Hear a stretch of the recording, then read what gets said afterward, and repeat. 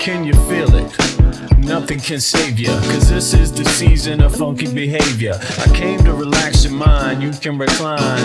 On what? On this here rhyme. I like the style, I'm staying for a while. It helps me show cats that I'm versatile. I'll touch your dial, turn your frown to a smile. I'll make you feel like you're having a child. So relax and open up, child. I'm about to make you walk what? Pimp style or pimped out style. You don't understand the logic. See if you don't have it all, I'll take a deposit.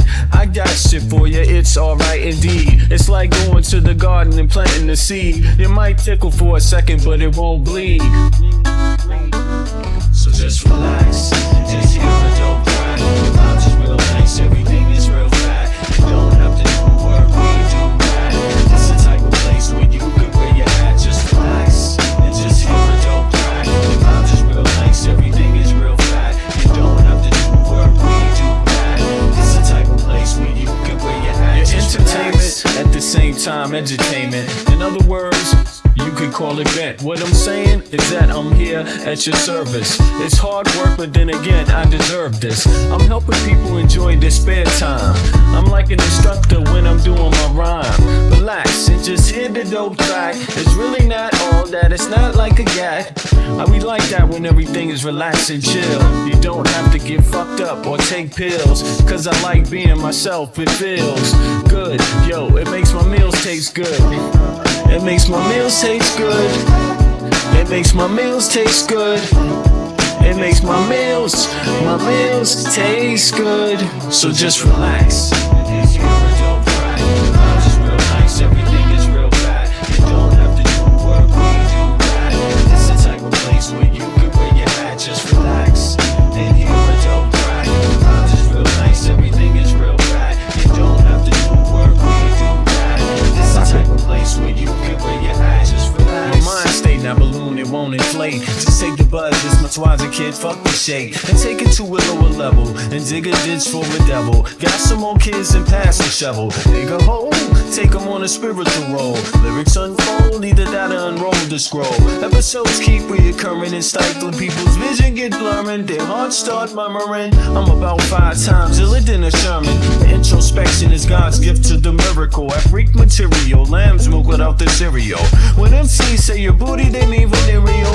Your fake material hip-hop killers, they more faking than fucking Michael Jackson and Thriller. The status of a hoe, Quanto Costa. They wanna know how much it costs, kid, I bet for keep to me. Just relax and just hear a dope track. The vibes is real nice, everything is real fat. You don't have to do work, we do that.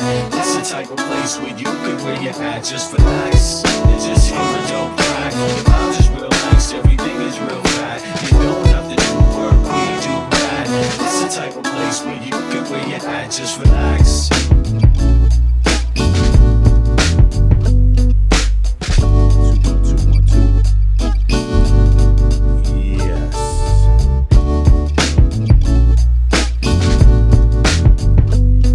Just relax, just relax, just relax, and hear a dope track. The rhymes is real tight, everything is real fat. You don't have to do work, we do that. It's the type of thing where it's the type of place where you can wear your hat. Just relax, yeah. Good morning, everybody. Good evening and good afternoon. It's 9:41 Central European Time. That's AM, and it is 3:41 Eastern Standard Time. USA, and that would make it about what, 1:30? No, is it 1:30? Something like that. 1:42 West Coast. What time is it in the West Coast? Something like that. I'm gonna solve that problem. Don't worry. I'm gonna get to that real soon this weekend. But I hope everybody's having a good start to their weekend. And yes, as you heard right, and I heard right, but damn, the news is going so fast. What can you cover? Can you cover everything? Nah, you can't. So what we have to do right now is backtrack a little and see what we can do about this seditious thing. Now, this is the crazy part about Trump. I mean, he will have 10 different things going on that are totally opposite of each other. You know what I mean? And because he is the president, he's like a petulant child.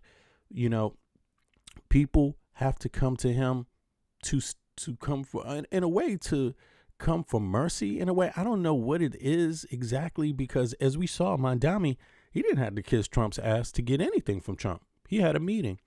Although I'm just wondering myself, what is it? Is it the New York Connect? Is it that he wants Mondami to do something for him in New York? Is it another play like an Eric Adams play? I mean, that would be the obvious, right? But what is it? Because he can't really help out with Patricia James. That happened already. What you gonna do with that? That happened, right? I mean, Letitia James. I'm sorry. You know, he can't reverse the effects of that. That's already happened. He's tried to do stuff. It didn't work out. So that's going to hold. And if it doesn't hold, it's going to stand out like glaringly. Now, you know, I'm curious about what else it could be, because obviously Trump still got his business location, his headquarters, I don't believe is there. Not for all the Trump shit anymore. Right. But, you know, he must have some ties and things like that in New York. But I'm curious. But in any case, you could see Mondami had a simple time standing straight up like a man, you know, and stating his case, not capitulating in front of the camera. And Trump seemed to be doing all the capitulating. But then again, Trump is a sleazebag. And so you always have to ask, what is it? Is there something there? Is it just something? Is it something? One will never know until it pops out. But in any case, while he's got that going on, at the same time, he's like talking about peace in the Middle East. That threw people because he was calling Mondami, you know, the devil, basically a Muslim, satanic worshiper, Taliban, you know, extremist, you know, Hezbollah lover, Jew hating.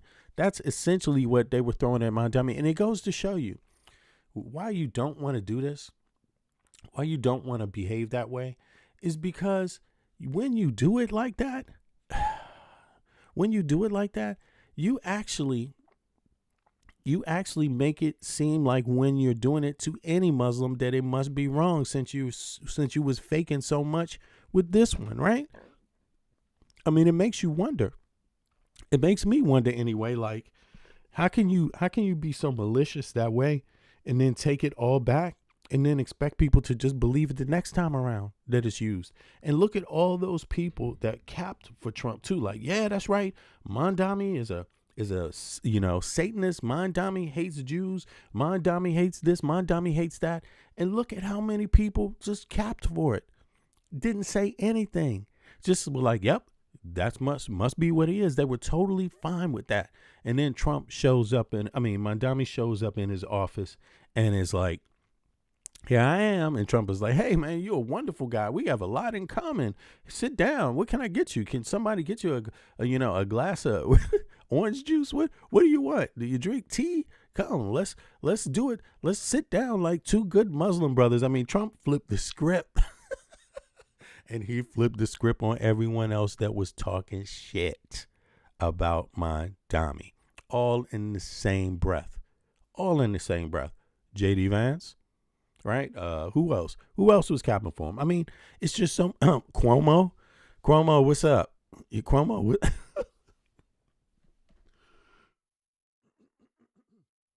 Cuomo was looking to become, you know, one of the people to throw him under the bus just because he's a Muslim. And now look what happened. See how that backfired, Cuomo?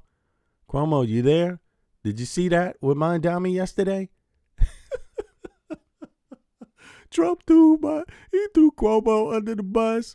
He threw anyone who's a phony who would just go along with that story instead of being honest to the American people. He just threw you under the bus, and you deserve it because you have no spine.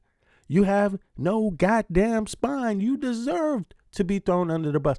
And it's not just about a Muslim. If you treat anybody unfairly like that, just for the sake of politics, just for the sake of getting something in your pocket, just for the sake of getting a little advantage, fuck you. You're the problem with the country.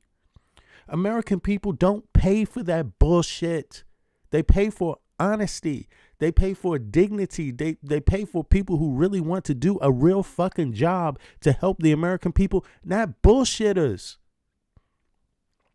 Trump just exposed a lot of bullshitters. I mean, I'm not even an advocate for Trump, but all those people that was capping for Trump, you got exposed.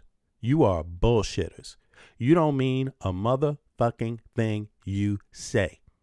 Nothing that you say about anybody, socialist, communist, Islam, anti-Semitic, you don't mean woke. You don't mean none of it. You don't mean none of it, actually, because it's all to you just about fucking opportunism. Just fucking opportunism. I mean, that's all I can see out of it. But in any case, let's get on to Trump, who's been threatening at the same time he meets Mondami.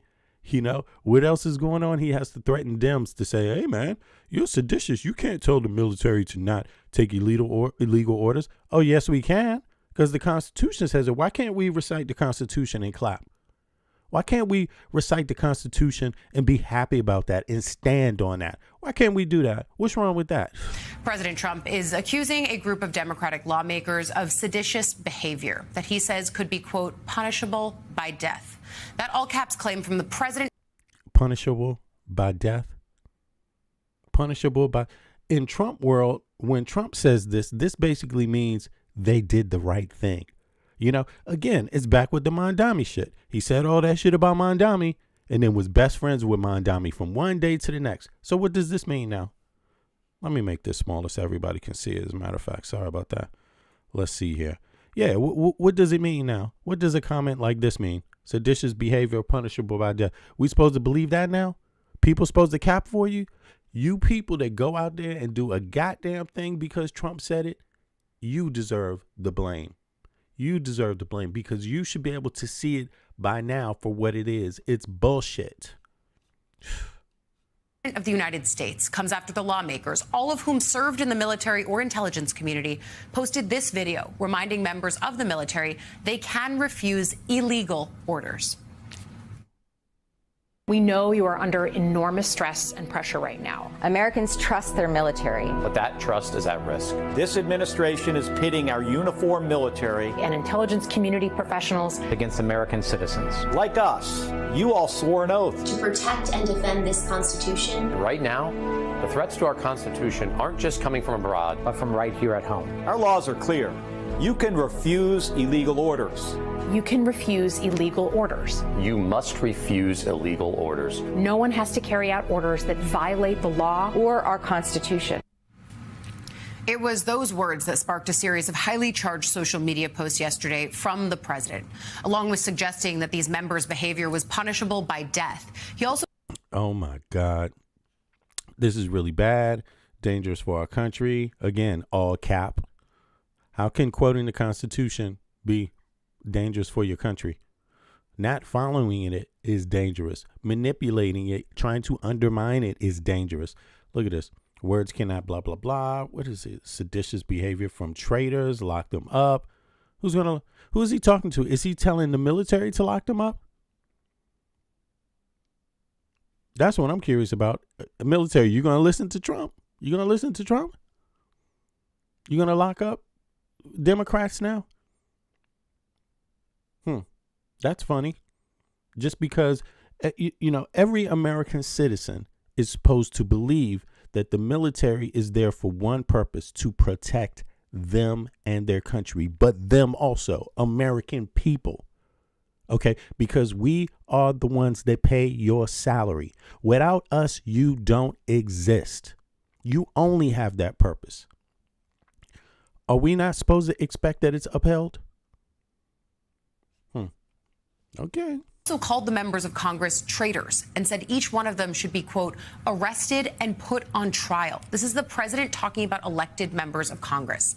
He also shared posts from other users, including this one that reads, quote, hang them, George Washington Wood. One of the members in that video, Democratic Senator Mark Kelly of George Washington Wood? What does that mean, though? When? You talking about George Washington after the independence had been established? You talking about that George Washington? You talking about the General George Washington before? What George Washington are you talking about? You know, it's like this guy, like, he would have done that. For what? George Washington wouldn't have hung anyone for standing up, holding up the Constitution. Duh. You know, what the fuck? What are you trying to say? The first president doesn't believe in the Constitution? I mean, of Arizona, who served as a captain in the U.S. Navy, is going to join us coming up on Morning Joe. But you're probably wondering, what did Republicans say about this? And their reaction was mixed. Some only ended up taking issue with the message from Democrats that started this in the first place, while others lightly criticized Trump's own reaction to it. Just to be clear, oh, wow, this is going to be wonderful. Does the president want to execute members of Congress? No. Let's be clear about what the president is responding to, because many in this room want to talk about the president's response, but not what brought the president to responding. Okay, so the president doesn't want that. Okay, but why did he write it? Does the president want to execute members of Congress? Why did he write it? You know, and there you have it. I mean, you got an administration full of cap, and anybody that listens to this woman, you deserve whatever bad things you get. Because at this point, if you haven't figured out that this man is all cap, it's you that's the goddamn problem. You have, I mean, it's very clear he called for people's deaths. And what did she say? No. While others lightly criticized Trump's own reaction to it. Just to be clear, does the president want to execute members of Congress? No. No. So that's a total contradiction. So anyone that would have went out there and done something because of Trump, you would be ass out. Because now his press secretary is saying the exact opposite. No. That's not what he wanted. President Trump did not want that. He didn't want that at all. Seditious behavior from traitors locked him up. Each one of these traitors to our country should be arrested and put in jail. What else did he say? He said something about hang them. George Washington would. Yeah, this is something he reposted, right? He retweeted. And, you know, now she's saying, no, he don't mean nothing like that. He's just responding to what people said about him. You know, it's like, okay, did anyone ask him to be hung? Did anyone ask somebody in his administration to be hung? Did anybody ask for Caroline Leavitt to be hung? You see what I mean? But people did say, what's wrong with locking up people that commit crimes? What's wrong with that? Isn't that what the GOP is all about? You're illegal. That's a crime. Crossing the border is a crime. Lock them up. Okay. So is that the only crimes you recognize? You don't recognize any other crime. You didn't want Hillary locked up for crimes? You didn't want Hillary locked up? People weren't out there talking about lock her up. Just to be clear, does the president want to execute members of Congress? No. Let's be clear about what the president is responding to, because many in this room want to talk about the president's response. Talk about hate speech. Talk about they were just coming off Charlie Kirk talking about stop all this dangerous hate speech. What does that do now for you Charlie Kirk fans, huh? What about that? Democrats still full of hate speech? Huh? Where'd you guys go? But not what brought the president to responding in this way. We have 1.3 active duty service members in this country, and if they hear this radical message from sitting members of Congress, that could inspire chaos, and it could incite violence, and it certainly could disrupt. It could stop them from following illegal orders. Hey, military, don't follow any illegal orders. Nanny boo boo. I hope that doesn't confuse you. The chain of command. And so these members knew what they were. Well, it's only going to harm somebody giving illegal commands. I mean, that's exactly what it's designed to do. How more clearer could it be? It's not like they said, hey, man, something strange going on here. I don't know what to tell you, but, and then just disappeared. No, the video was do not follow illegal orders from this administration. Let's hear the video again. I don't even know if this is the whole damn video, but let's see here. Let's hear it. Americans trust their military. But that trust. Americans trust their military. That's a pretty bold statement. Is that a confusing statement? We trust our military? Yeah, I trust my military. I've never, outside of Trump in this election, I've never had any reason to think that they would go outside of the rule of law, the Constitution, until this president started bombing, using rockets to kill people that they don't even investigate, don't even know what's going on, to shoot little boats, fishing-sized boats, to blow them up from one day to the next.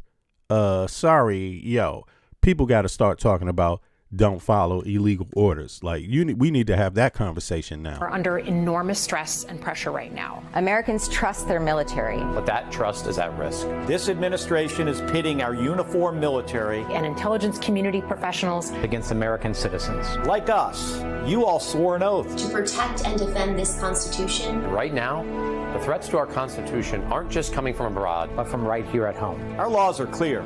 You can refuse illegal orders.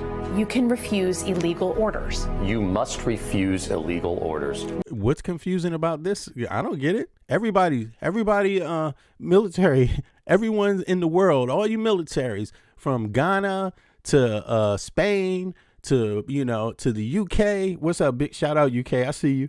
Yeah. to wherever, to Japan, to China. Do not follow illegal orders. I'm telling you. Please do not follow illegal orders. Don't do it in Lebanon. Don't do it in Israel. Hey, how about that? Don't follow fucking illegal orders. Okay, what's up with that? You know what I'm saying? Hold on, let me see. UK is in the house. That's Dialon. What's up?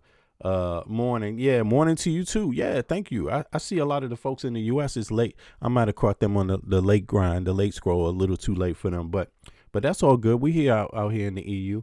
Okay, let me see here. Let me look over here on this screen instead of the mobile. Let's see here. Wildheart says they are committing elder abuse by letting him do whatever CC he wants. They jump for him instead of stopping him. Exactly. Nobody can respect that. Nobody can. And what country are you from, Wildheart? Let me know. Yo, Dylon, Dylan or Dylon. Is it Dylan or Dylon? In any case, I think it's Dylon, right? Maybe you got some Caribbean descent, UK out there. Who knows? But in any case, if not, let me know, Dylan or Dylon, right? Okay, you're from America, Wildheart. Okay. Yeah, let me know. Good to catch you on the late scroll, by the way. Let me know, Dylan loves Posh. Dylan. Okay, there you go. Thank you, Dylan. Thanks for clarifying.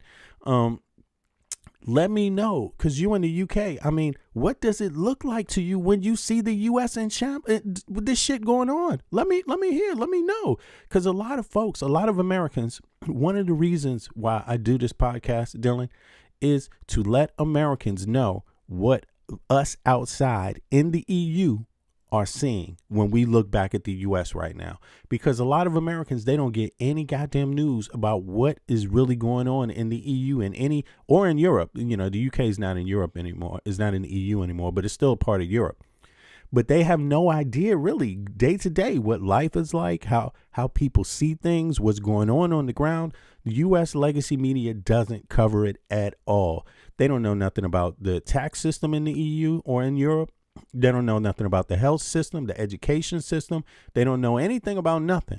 So it's up to us to really help them understand these things. And we have to do it. Real people have to do it, right? Because we want to help them break out of whatever bullshit they in, because we stuck together. American citizens got to know we are intertwined. You saw Trump try to rip that connection apart. It will devastate our economies. It will devastate our lives. It will devastate our security. It will devastate everything. And you see European nations defend themselves, make some adjustments, because they know Trump is wacky. They know these laws are wacky, right? So they're making some moves to isolate themselves, but he's only creating more trauma. You know what I mean? For Americans, unnecessary trauma. You know, it's crazy, yo. For his own sake. Oh, okay, hold on. If he were our relative, he would be in elder care, flat out, straight up. Straight up, Wildheart. You absolutely right. If he was our relative, he should be in elder care because they just taking advantage of this man. Next thing you know, and see, you raise an excellent point because look, he's not even in the right state of mind to even be able to sign anything. You know what I'm saying? Like he's not in. If you had an elder that was this sick, anything that they signed at that point wouldn't even be valid, really. A court would challenge it because they would wonder, like, how did you get this? Was this person insane mind when they did it? Or were they too old with dementia or something like that when they signed these papers? It would be challenged. A lawyer would look at this shit. But with, auto pen, any of this, right? But with Trump, we all supposed to just go along and act like this shit is legal? Like this stuff is fine? Nah, this stuff ain't fine at all. This shit is totally not fine, Let's see what Karen Lyon has to say here. So let's see. Just to be clear, does the president want to execute members of Congress? No. Let's be clear about what the president is responding to, because many in this room want to talk about the president's response, but not what brought the president to responding in this way. We have 1.3 active duty service members in this country. And if they hear this radical message from sitting members of Congress, that could inspire chaos and it could incite violence and it certainly could disrupt the chain of command.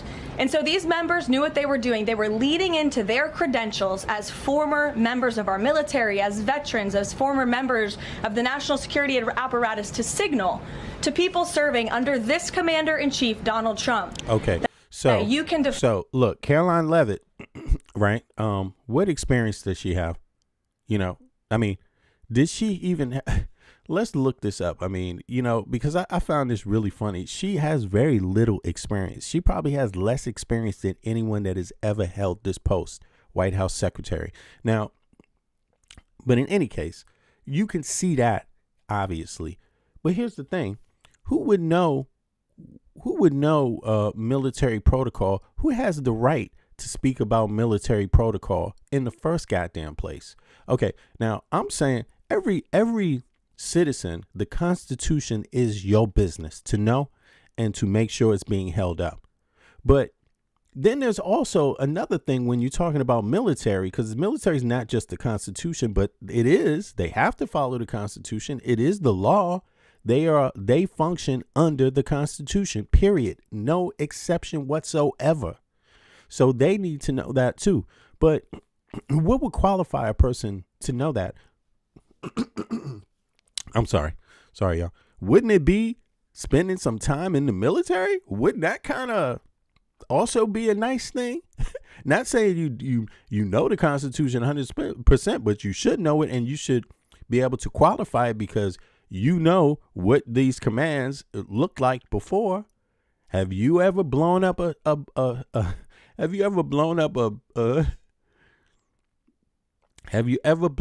shipping boat in the sea of in the Caribbean Sea before with a rocket without sending anyone aboard? You have more guns than them. You can't just grab the damn boat. Like, what the hell? And lock them up? Interview them? You couldn't do that. They doing that all over the world. They doing that with terrorists, locking their ass up. You know what I'm saying? Like, seriously. But these guys, nah, they don't deserve any trial. They don't deserve to even be known who they are. You just blow them up. Like, sorry, that's illegal. And people have said that was illegal. They said it was illegal when it was happening. Trump didn't listen. He continued doing it. He had a general, the main general that oversees the Caribbean operations, South American Caribbean operations. The main one stepped down after that. And they still didn't fucking want to listen. And now they whining about a commercial. Now they whining about a commercial where military veterans. And let's play this again because you can see there's women and men in here. They serve time, right? I mean, they spent time in the military. Now they want to try these people, tell these people that they can't actually speak. Like, I'm sorry, no veteran should listen to Caroline Leavitt or motherfucking Donald J. Trump, who didn't even want to serve himself, okay, or didn't found a way to not serve himself in the military when he was called, when his number was picked. We are under enormous stress and pressure right now. Americans trust their military. But that trust is at risk. This administration is pitting our uniformed military And intelligence community professionals Against American citizens. like us. You all swore an oath. To protect and defend this Constitution, Right now, the threats to our Constitution aren't just coming from abroad, but from right here at home. Our laws are clear. You can refuse illegal orders.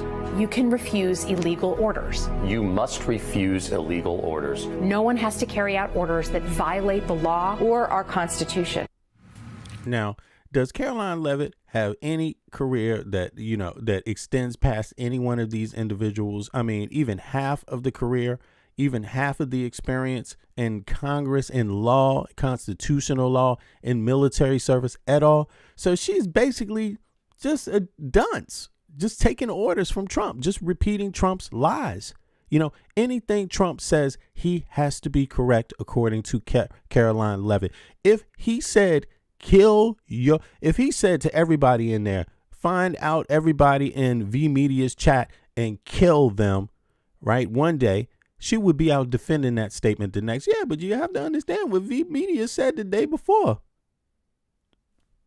Period. It doesn't matter. It doesn't matter. It could be your kids. She's going to defend it, you know? Let me see what's up with the chat. Yo, Eric Klein, what's up, bro? There you go. Good to see you. Oh, I caught you on the late stroll too. Yeah, I was a little late. Sorry about that. I keep saying that, but I was. But I'm here. We here, and we gonna do the thing. Now, this is just bullshit. I hate to see this, but let me just let her play her excuse, and then we can continue. No. Let's be clear about what the president is responding to. Let's be clear about what he said, too. Let's be clear. Fuck what he's responding to. What did the man say? The man was like reposting, hang him high. George Washington would have done it. Seditious behavior. Don't remind the military to follow the Constitution. Because many in this room want to talk about the president's response, but not what brought the president to responding Deflection. in this way. Gaslighting. We have 1.3 active duty service members in this country, and if they hear this radical message from sitting members of Congress, that could inspire chaos, and it could incite violence, and it certainly could disrupt the chain of command. And so these members knew what they were doing. They were leading into their credentials as former members of our military, as veterans, as former members of the national security apparatus to signal to people serving under this commander-in-chief, Donald Trump. To do what? To do what? Not follow illegal orders. So if you're not a person giving illegal orders, what's the problem? This shouldn't be a problem. Hey, everybody out there, don't follow illegal orders, okay? Do you have a problem with that? What the fuck? The first person to raise their hand and say, yeah, you're supposed to fire, man. What the What if you were in your company and you got your employees and you're like, everyone, I'm asking you to follow the rules and the procedures. Anybody have a problem with that? You gonna raise your hand and say you got a problem with that? Yeah, I have a problem with that, boss. What the? You're fired. I mean, come on. How simple is it? You know what I'm saying? You work for the American people. You follow the Constitution. The Constitution is the framework. There is nothing else to it. There's nothing else to it. That you can defy him and you can betray your oath of office. You can defy any goddamn president. You can defy anyone in the military that is giving an illegal order. Did you know that? And that's called legal. Office. That is a very, very dangerous message. No, and in fact, it does happen from time to time. You know, I don't know what the hell she talking about. It's plenty of people to be like, nope, that was an illegal order. I'm not following that shit. You know, it happens. Everything doesn't go perfect all the goddamn time. You never heard of military trials? What does she think that's based on? What does she think is based on? You can't just do any fucking thing you want, and you also can't issue orders just because you fucking want them in the military. They have to follow the code of conduct. They got to follow the Constitution, or you could be held liable. You know, doesn't matter if it's the president telling you or you know, a senior staffer or anybody else. And it perhaps is punishable by law. I'm not a lawyer. I'll leave that to the Department of Justice and the Department of War to decide.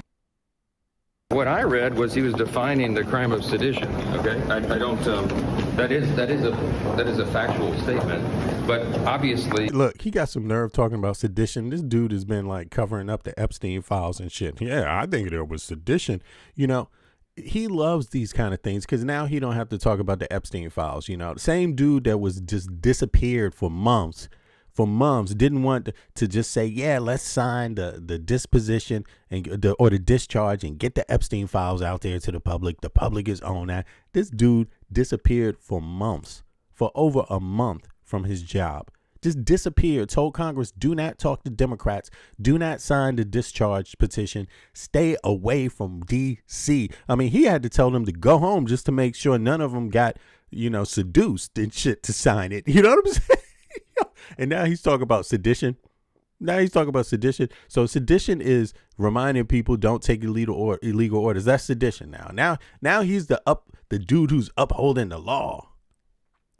the attorneys have to parse the language and determine all that. What I will say unequivocally is that was a wildly inappropriate thing for so-called leaders in Congress to do.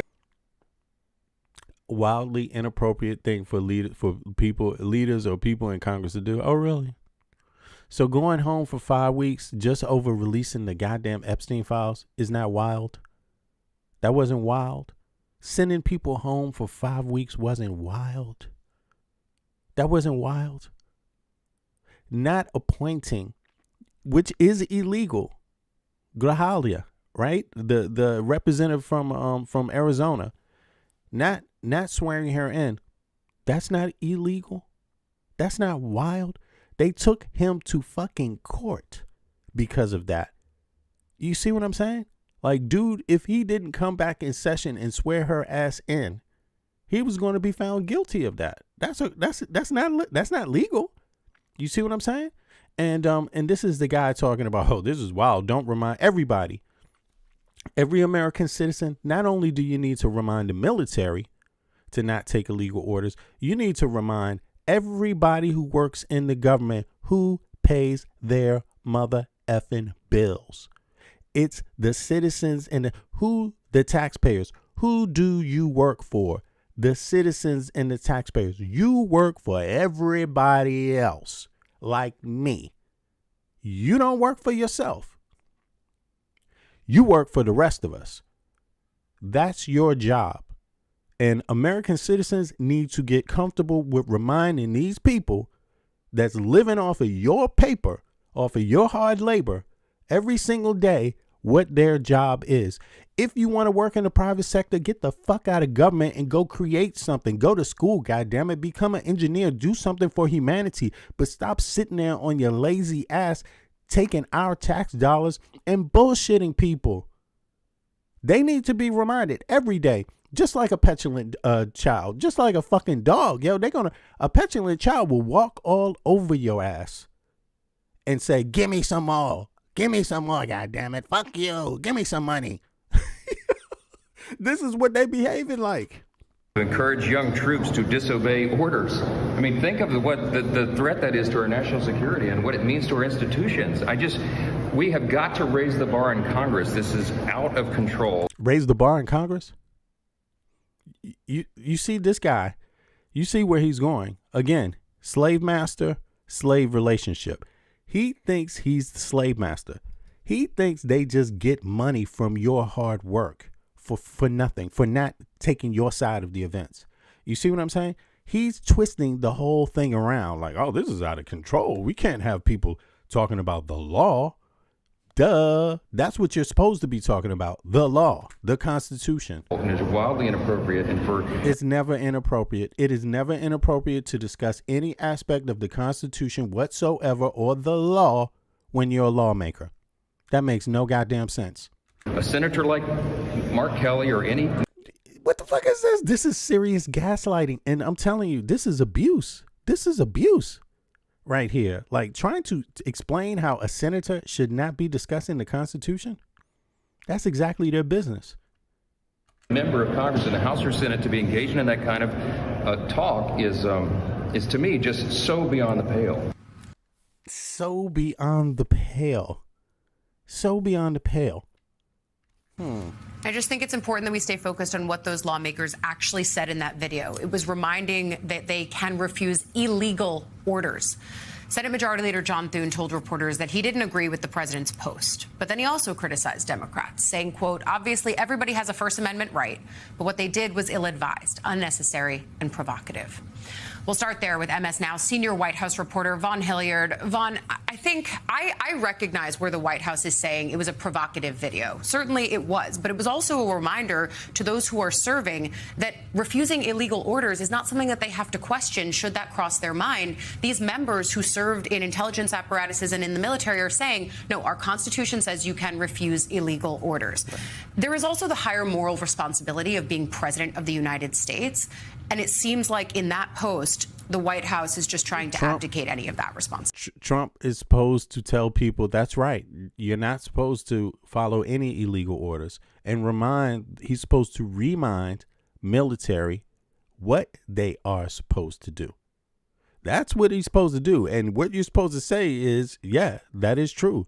An illegal order could be something like this. An illegal order can be, and mention the times when it's happened before. You see what I mean? Not even in his own administration, just mention the other times where it's happened before and the consequences, then remind people that just because he's the president, he's obligated to the same set of rules as every other president. The Constitution. Very simple. That's how a responsible individual handles that thing, because if you're giving legal orders, then you could just brush that shit off and explain it. Just take it straight to the people and explain it. Get on TV and say, I'm sorry. But let's have this conversation, and it's a good conversation to have. These are important moments in the times that we're living in, and people are concerned. So let's take it up. Trump, da da da. Have that conversation with the people. But Trump is a petulant child. MAGA Mike Johnson is covering for a petulant child. Like, he's doing it like his job is not protecting the Constitution. His job is to cover for Trump. I mean, personally, like he works personally for Trump. I mean, it's right. Objectively, the president of the United States was suggesting death for members of Congress. Yeah. And with all due respect to Caroline Leavitt, the press secretary, the question should be directed directly to the president of the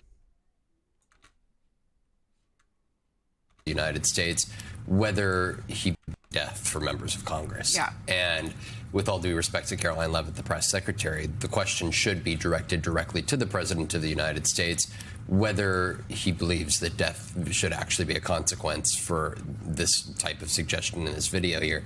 And I say that because 2 years ago, the president suggested a similar outcome for Mark Milley, the former chairman of the Joint Chiefs of Staff. And even at the time, after his initial remarks, I went back and asked him, did you actually mean death? And he never dismissed it. And I think that when we're talking about the president of the United States' words and the consequences of it, you were on the campaign trail a lot in 20. If you follow an illegal order, Trump is going to leave you hanging to dry anyway. So anybody listening, you better know the difference if you're in the military between a legal and illegal order, because if you follow an illegal order, Trump don't have your back. Now, when it comes to the legal implications, he's going to be gone. He's going to save his own ass, and he's protected. His own ass is protected by the Supreme Court. They have given him cover. You see what I mean? More cover than any other president has had. And all you have to do, right, is know the ins and outs of how to play that argument, and you can wiggle through that wiggle room that they gave him to do it. The Supreme Court did. You see, so, but that shit don't work for you. The people following the orders, it doesn't work for. It's not going to work for Pam Bondi. It's not going to work for Kash Patel. It's not going to work for any service member, nobody in the military. It's not going to work for the person on the ground that's pulling that trigger. It's not. It's not going to work to any of the chain, you see. And yeah. Folks better know what they're doing. Yeah. And by nature of that, when you're having conversations with folks on the ground, there are a great many Americans who do believe that death should be a consequence and that American government officials, particularly Democrats, have engaged in seditious conspiracy and treason. And so I think the words of the president should not be ignored in the serious nature in which a great many Americans do take them. In the aftermath of a summer that was so violent, and it was political violence that we spent far too many days talking talking about grieving from, I think it's really, again, incumbent on all of us to take the temperature down. And this is one of the most clear ratcheting ups that we have seen. Even some Republicans allowing that the president did go too far, Lindsey Graham among them, even if they are in the same breath allowing that the video that initially... I mean, they've been saying that the whole time. They said that the whole time Trump has been in office, all of them, especially Lindsey Graham. And what does he do? Keep supporting him over and over and over, no matter what he does. You know, so there's really no standards left, you know. Really touched this off was provocative in nature. You know, the other thing that you and I, from covering him for so long, I think the fact that this comes after he signed the release of the Epstein files, there might be folks who are wondering, is this just an opportunity to distract from that? I wonder what you see here. It is. Right. I'm not sure if the extent to which it is a distraction. Yeah. No, it's not a distraction. He means what he's saying, but it is also a distraction just you know, indirectly. You know, the perfect storm. Trump, that's how Trump maneuvers. That's how Trump moves. You know, he does any outrageous shit anyway all the time. There's never enough time to focus and on anything that he does, because he's going to do something just as outrageous tomorrow, which is why he's deranged. You know, the man needs to be removed. He needs to be impeached. And all the people sitting around him, allowing him to be in office, they are basically complicit in this. In the same things, any harm that's happening, any wrongdoing that's happening, that cabinet is complicit in it. But for this president that we have covered now, the question is, does he erratically react to situations that are volatile and ones in which he knows that are not favorable to him in the public opinion? Yeah. Just take January 6th and what happened after he lost the 2020 election. And what you're looking at right now and what those Democratic members of Congress are suggesting to members of the military, the national security and intelligence community is to not take unlawful orders and to not break the law.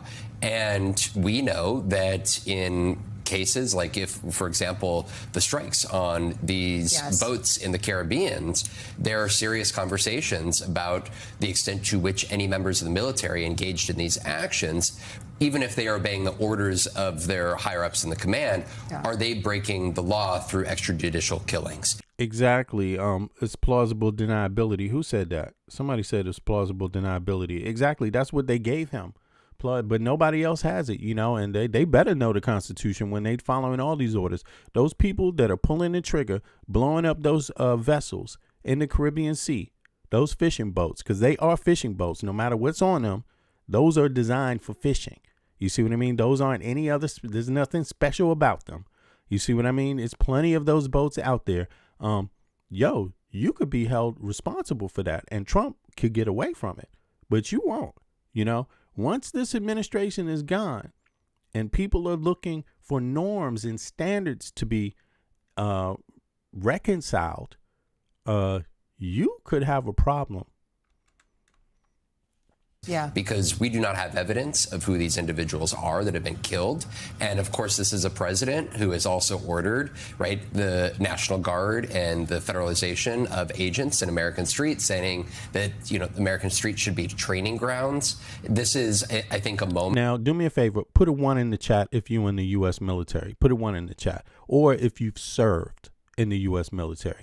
And I'm not talking about the National Guard, okay? I'm talking about active duty, you know, outside of the country, anywhere in the world.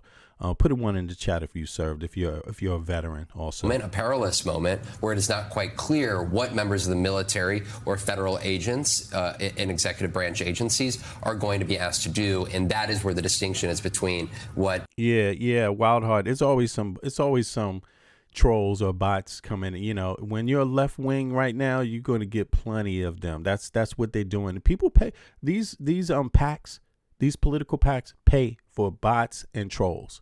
You know what I'm saying? They pay a lot of money for this, and they're out there to control the narrative in the metasphere, in the digital realm. That's what they're there for, and they're there in all social media, you know. So you just got to keep that in mind when you're interacting, you know. That's why I don't address some of the things that are very bottish.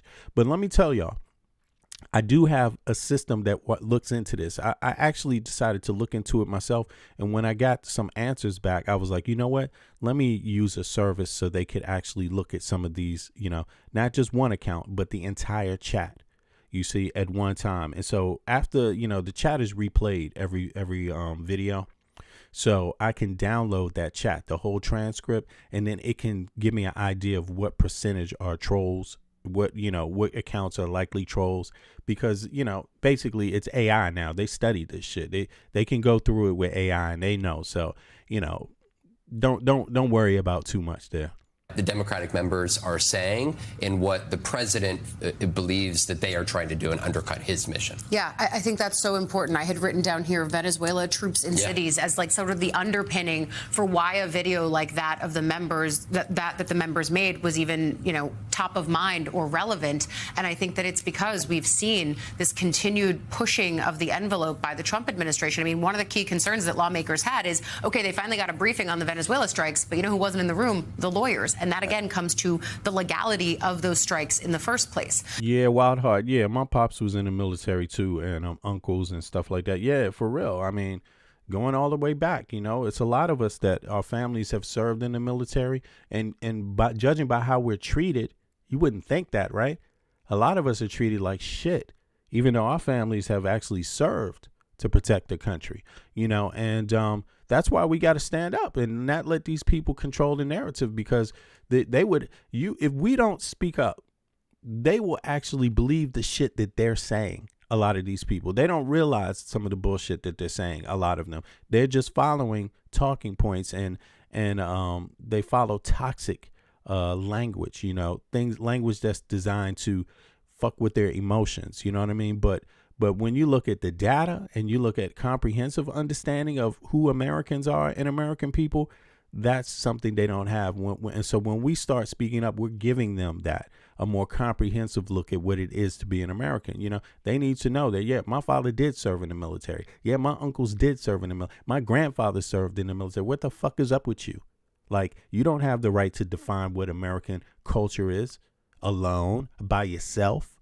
You don't have the right to do that. Not when people have been dying since the beginning of this country. My family members been dying in war since the beginning of this country, before the country even started. What the fuck? So more of us need to speak up, so folks really know. And not just these weirdos in the U.S. that are, thinking it's all about them. We need to speak up so the world understands our message as well, Not to get it twisted, basically. Let me see here. Yeah, but in any case, this is some wild shit here. Let's see here. Hold on. Did he do that? Let's go. Is this on? Congress and the Senate, who all served in the military or the CIA, all because of this video they put together addressing members of the armed forces and intelligence community. We know you are under enormous stress and pressure right now. Americans trust their military. But that trust is at risk. This administration is pitting our uniformed military And intelligence community professionals against American citizens. like us. You all swore an oath to protect and defend this Constitution. Right now, the threats to our Constitution aren't just coming from abroad, but from right here at home. Our laws are clear. You can refuse illegal orders. You can refuse illegal orders. You must refuse illegal orders. No one has to carry out orders that violate the law or our Constitution. We need you to stand up for our laws, our Constitution, and who we are as Americans. Don't give up. Don't give up. Don't give up. Don't give up the ship. Now, plainly, there's nothing in that video that isn't taught to every military officer as part of their training. They take an oath to support and defend the Constitution. And disobeying illegal orders is not sedition or treason. It's a duty. This is obvious to everyone, but we have a commander-in-chief who is actually likely to give that illegal order and perhaps has already done so. And so he responded by going off the deep end on social media today, quote, "This is really bad and dangerous to our country. Their words cannot be allowed to stand. Seditious behavior from traitors, lock them up." An hour later, he posted that the video was, quote, "seditious behavior, punishable by death." He also reposted calls from supporters to hang those Democrats for treason. Senator Alyssa Slotkin of Michigan, one of the Democrats in the video, she served in the CIA and is a Pentagon official before coming to Congress, and she joins me now. Senator, it's good to have you. Thanks. First, let me just ask, what's up, Miguel? What has it meant for you to have the president say this about you, to call you seditious and treasonous and to repost someone calling for you to be hanged? Yeah, I mean, look, I think it more than the six of us who filmed the video, it's really just a sad moment in American politics. I mean, we know that, but, you know, today it really came home for many of us. And I think for the six of us that filmed this, you know, we swore an oath to the Constitution many times before we got to Congress. What we were citing was literally chapter and verse from the UCMJ, the Military Code of Justice. And I think his reaction just is, you know, characteristic of a political system that no one is proud of right now. Does something like this change your security situation? We heard Marjorie Taylor Greene talk about that last week. You're nodding your head. I mean, this has very tangible effects. I've seen and with other lawmakers in somewhat analogous situations. You know, yeah, I mean, and that's the crazy thing too. The fact that Marjorie Greene Taylor, she was capping for everything that Trump said and did the entire damn time, from the first moment he decided to run for office up until very recently, till the Epstein files, excuse me. And the mere fact that she flipped the script on the Epstein files and a few other things, right? It's crazy because he's willing to throw her under the bus and issue threats, you know, make statements that put her life in danger also, you know. So it kind of shows you the lack of respect he really has for anybody else, you know, just anybody. It doesn't matter what your job is. If you go against him for any reason whatsoever, he's going to throw you into the fire pit. You know, he's literally going to do it. He doesn't care if you're Republican, if you're Democrat, but Republicans, grow a spine. Grow a fucking spine. Like, what is up? You're letting a person treat you like shit who's going to treat you like shit even more if you don't stand up. The only reason why this can happen anymore is because Congress won't impeach Trump, because the Senate won't impeach Trump. They are all complicit at this point. The ones that are not ready to impeach, they're the ones that are complicit. It's no mystery. The man is deranged. The man is old. He's out of there. His brain is not there. And they still sitting there trying to hold on to something. It's like, what are you holding on to? The man cannot serve. He's not fit to serve, period. No American person tax dollars should go to support this man. And yet they're just continuing this bullshit. That's what I meant by, like, using the Constitution in a demented way. Like, just because it takes people to turn on him to get him out of office doesn't make this shit what's going on right at all. It doesn't make it just at all. Them sitting back, they know damn well this man is not fit. And yet they are not calling for his impeachment. His cabinet is not calling for his impeachment. They're not saying that the man is crazy, delusional, nothing. And the man is out of his fucking mind. I mean, look, over the years, I've had threats here and there. It was instantaneous. I mean, hundreds, if not at this point, thousands of calls, emails, texts, obviously online postings. Capitol Police came to us and said, you know, we're going to put you on 24/7 security. We've got law enforcement out in front of my house. I mean, it changes things immediately. And leadership climate is set from the top. And if president is saying you should be hanged, then we shouldn't be surprised when folks on the ground are going to follow suit and say even worse. So I think for all of us, it has fundamentally changed our security situation. And facts, yo, Caleb. Yeah, I hear you, man. If you are a family member, this can't be nice. This can't be nice to watch. I mean, the rest of us aren't family members, so we don't have the obligation because he's fucking up our lives, you know. But these people that are family members, they're complicit. They should be taking him out for his own sake, for their personal sake, and even last, the country's sake. But they're not doing it for anybody's sake. Not their own, not their father's care, not theirs, not for their own sake, not for the country's sake. I mean, yo, who are these people? Like, what's wrong with them? Like, is it really that they just love money and power that much and nothing else matters? It looks like it. It looks like it. But I will say it doesn't change how I feel about coming on TV now and talking about it or saying what I said today, I think it only strengthens that. I mean, he is trying to use fear as a weapon. He's trying to distract us from whatever he doesn't want to talk about, the Epstein files or whatever else. But he's also trying to intimidate people out of criticizing him. That's the entire game here. And then he's trying to intimidate people in his party to keep quiet, even when he does things that violate our norms. And he can wield that on some, but it just doesn't work for people who have served and have done other dangerous things in our lives. Why did you want to make the video? What were you trying to accomplish with it? Yeah, I think,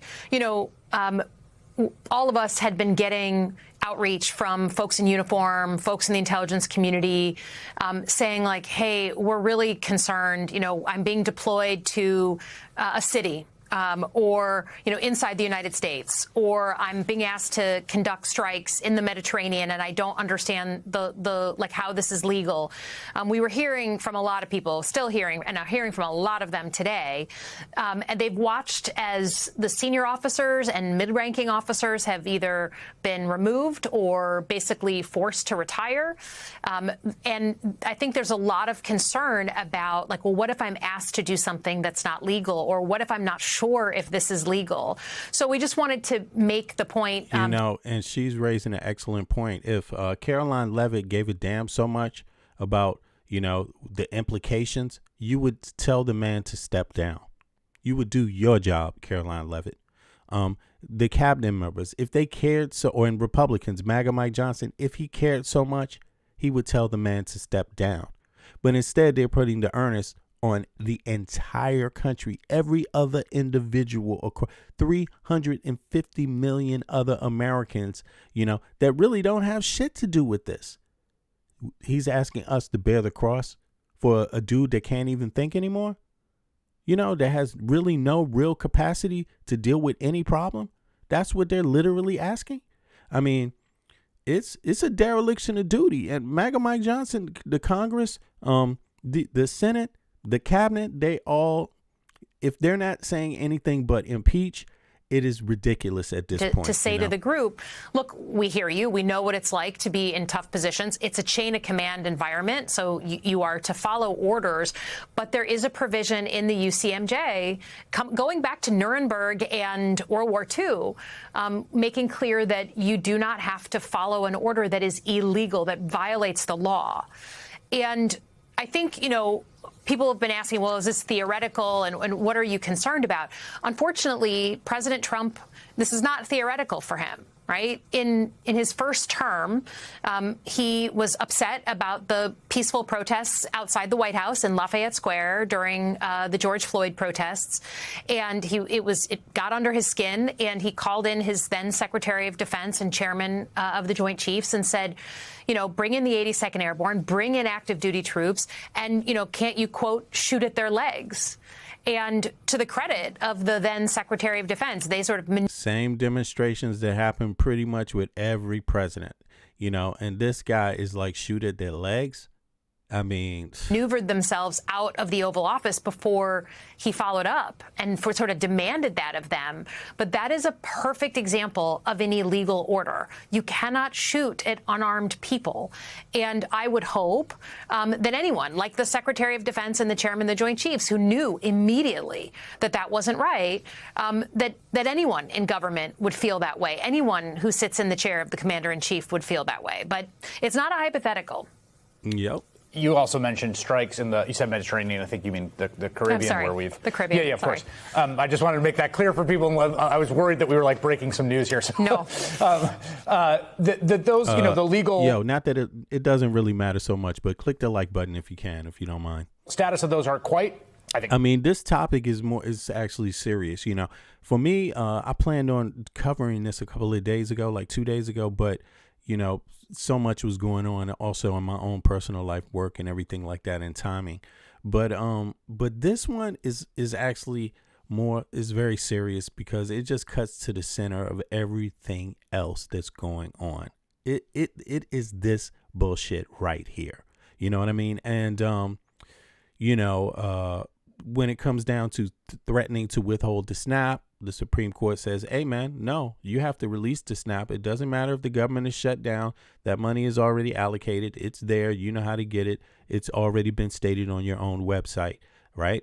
And the man still refused. I mean, these kind of things are crazy. These kind of things are crazy. They have real effects on people's lives. Secondly, you know, even though Congress is complicit, Congress wasn't complicit in the SNAP. The Senate wasn't complicit in the SNAP because those funds had already been allocated, already collected and sitting, waiting to be released, you know. But as the court described and told Trump, right? But the Congress is complicit in this whole thing about the healthcare system. I mean, you know, and again, this is Congress's invention. Trump can't even take credit for your healthcare going up. He signed the bill. He can take that. But without Congress and the Senate actually making a bill that creates a situation where your health care goes up 1 to 2 to 3 to 4 times more expensive in this period right now, that costs people that's costing lives. Old people, elder people, like somebody in the chat is like taking care of their family members. No, that's a normal thing to think about elder care. That's a sane thing in a sane, just society. Elder care is a big issue. It should be something discussed all the time, unless you're a clown, right? And in this case, they just made it harder for people to receive elder care just by fucking with the cost of health care. You see what I mean? So, you know, of course, Trump, he's a lunatic and he signed the bill. He have issues and he signed the bill. He called for the bill. But what's Congress's excuse? What's the Senate's excuse for writing a bill like that? Like, are you all out of your motherfucking minds? Like, that is the meanest. What they did in that bill is worse than any foreign enemy has ever done to any American citizen since. It's even worse than 9/11. 9/11 only killed 3,000 people. You know how many people are going to die over this elder care, over this health care bill that they passed, this reduction in health care coverage? You know how many people? More than 3,000 are at risk. Way more than 3,000 are at risk, you know? And, you know, the only people that don't know that are the people that either are not American citizens and don't have family members that have to have health care, or people that are young and don't have health care and think that they're invincible and live forever. You know, there's a lot of young people like that, you know, I used to be young. I lived for a long time without health care. You see what I mean? But I was in Washington, D.C., so I could still get, after the 90s, I could still get some coverage under the state. I could get emergency room coverage and shit like that. And then when they changed the laws, you could get Medicare or things like, you know, but I was already out of DC after they had changed a lot of the laws, you know, traveling and things like that. But I was young. So in New York, I didn't give a damn about healthcare. I wasn't thinking about healthcare when I was living in New York. You see what I mean? But I was young. You think that way, you know, when you're young. But what's your excuse when you're an adult? What's the excuse when you're an adult and you don't understand these things? There's no excuse. But you know, I could see how a young person might be not concerned. But a person above 35, above 30 years old, if you don't get it by now, something is also wrong with you. Like, it's going to have real effects on your life. And dubious. That is a very present issue. Click the like button. That hangs over, I think, a lot of even though it's a serious topic, you know, active duty members. In response to the video, this is even before the president today, and I think Todd Blanche, the number 2 of the Department of Justice, seemed to intimate or suggest a possible criminal investigation from the Department of Justice. I want to have you listen to what he said. We've all watched this a lot today, and the question you have to ask yourself is, what is their intent? What is the reason that they all went on a video and encouraged young men and women to defy court orders? Young men and women whose families at home, whose sisters and brothers and aunts and uncles and they can't even afford health care now. We got a military, an active military, that's serving a country of people that can't even fucking afford health care. Working people. without even giving a hint of what's illegal, without even giving any suggestion. Same dude on the motherfucking screen doesn't give a shit about that. Like, of what law or what order they're being asked to violate. You cannot do that in this country, especially if you're a leader. And so what does the investigation look like? I think they should be held to account. Again, don't follow illegal orders. Let me see. He's indicting the damn Constitution himself. He's like, the Constitution is wrong. Let me see here. Does the Constitution say do not follow illegal orders? And why does it? Let me see here. I just want to clear that up real quick since that is the topic, right? Let's see here. The Constitution creates a legal structure that requires military personnel to refuse unlawful orders. The oath to the Constitution, not a person. Okay? So that means you don't just do what Donald Trump says or any president says. That's not what you do when you're in the military.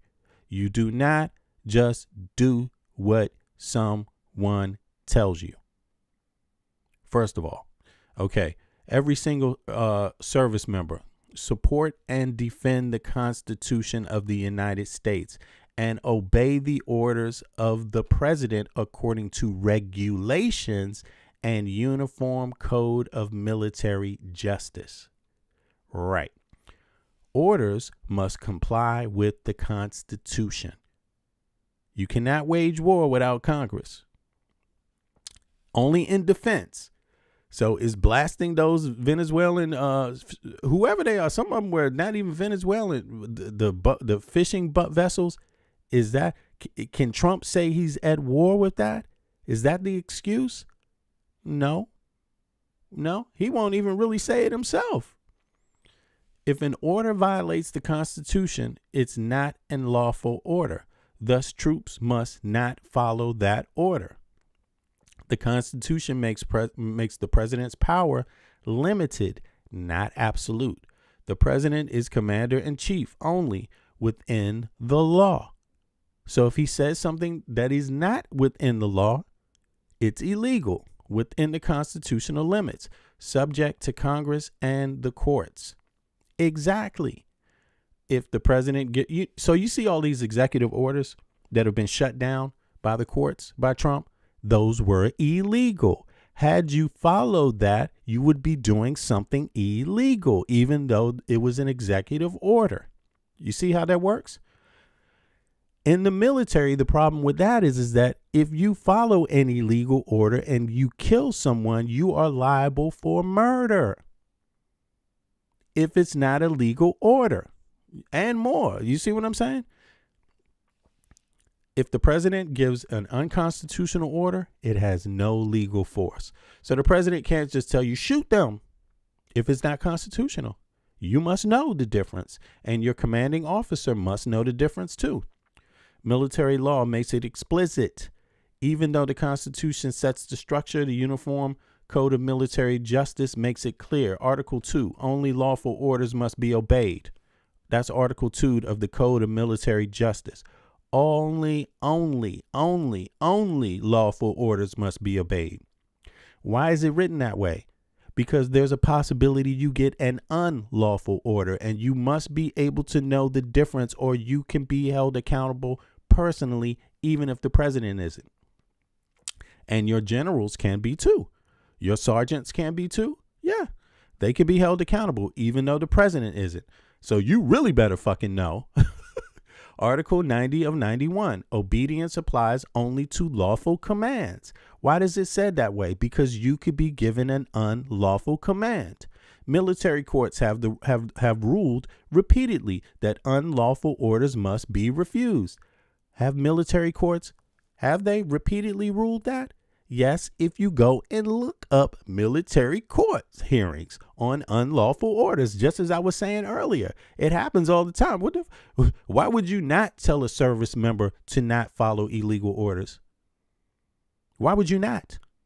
They could end their ass up in jail like a whole lot of people in the military end their ass up in jail. The UCM exists because the Constitution gives Congress the authority to regulate the armed forces. Who does it give? The UCMJ exists because the Constitution gives Congress the authority to regulate the armed forces. Article 1, Section 8.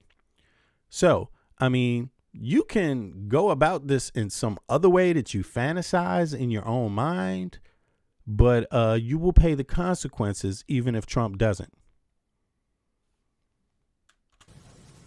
Do you take that as a serious threat? Do you take that as jawboning? How do you understand that?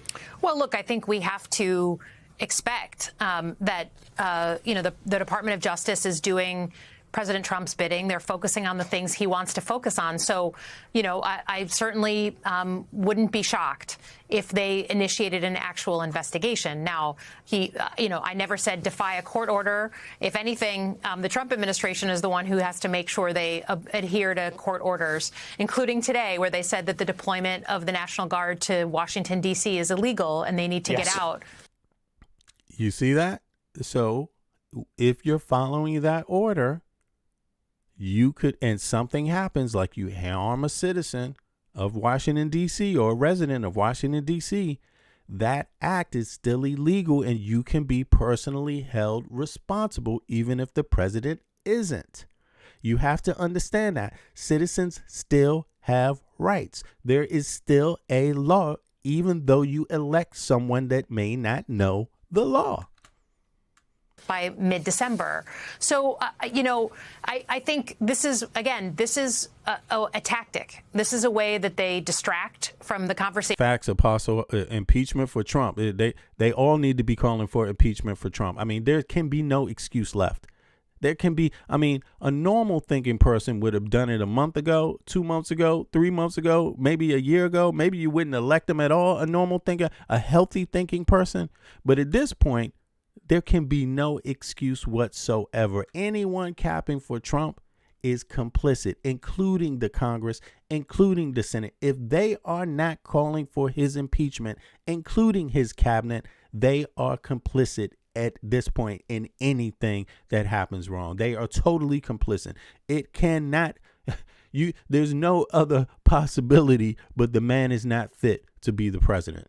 Stations they don't want to be having. And this is a really bad week for Donald Trump on the Epstein files. He's been fighting this for a long time, and now it's out, and he doesn't want to be talking about that. He'd rather put this on other folks.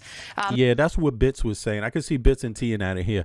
But Bits was saying yesterday that Trump was, he's so happy about, he's on Mondami's jock just because he had 2 ass whoopings this week. I mean, he have to have some victory. He have to have something. And that's very true.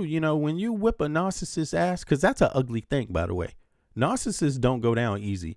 When you take 2 back-to-back ass whippings as a narcissist, that hits your core, because they hate to be seen for what they really are more than anyone else. You see what I mean? And when they get hit with some truth bombs that they can't escape, for a moment they lighten up and actually befriend someone and do something nice. You know what I'm saying? That's how they operate, yo. He found Mondami just showed up on the right day after he had his ass whipped all week and shit. All of a sudden, Mondami is like the best thing to ever happen. It's like, what the fuck? It is big. I mean, that's what happens. It's what happens. Meet a narcissist on the right day and you can get whatever you want. Meet them on the wrong day, care for them, look after them, love them, protect them. Oh shit, you might get you might get destroyed if you do that. But if you just show up out of nowhere on the right day, like Mondami did, damn. You know what I'm saying? He got that hate for Nancy Pelosi. He got that hate for Schumer. He got that hate for Hakeem. Mondami, he's too new. You know what I'm saying? He went from being a socialist, communist, anti-Semitic, worst thing they could ever will destroy New York to the best thing that ever happened to New York City. I mean, damn, Mondami, good job, man. Good job, damn.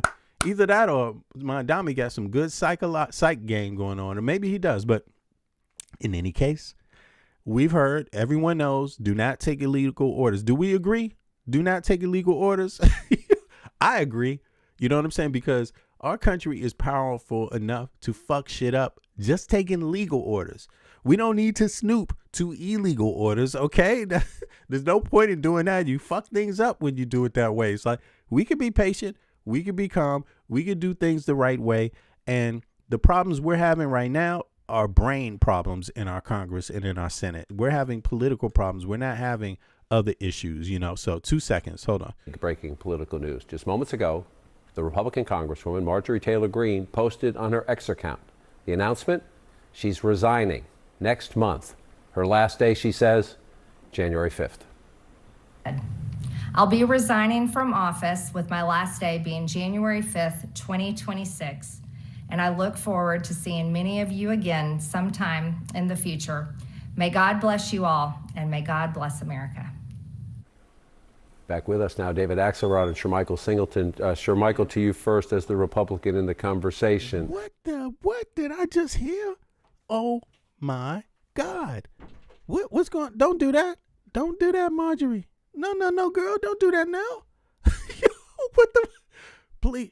Well, something is happening, but damn, I did not expect this.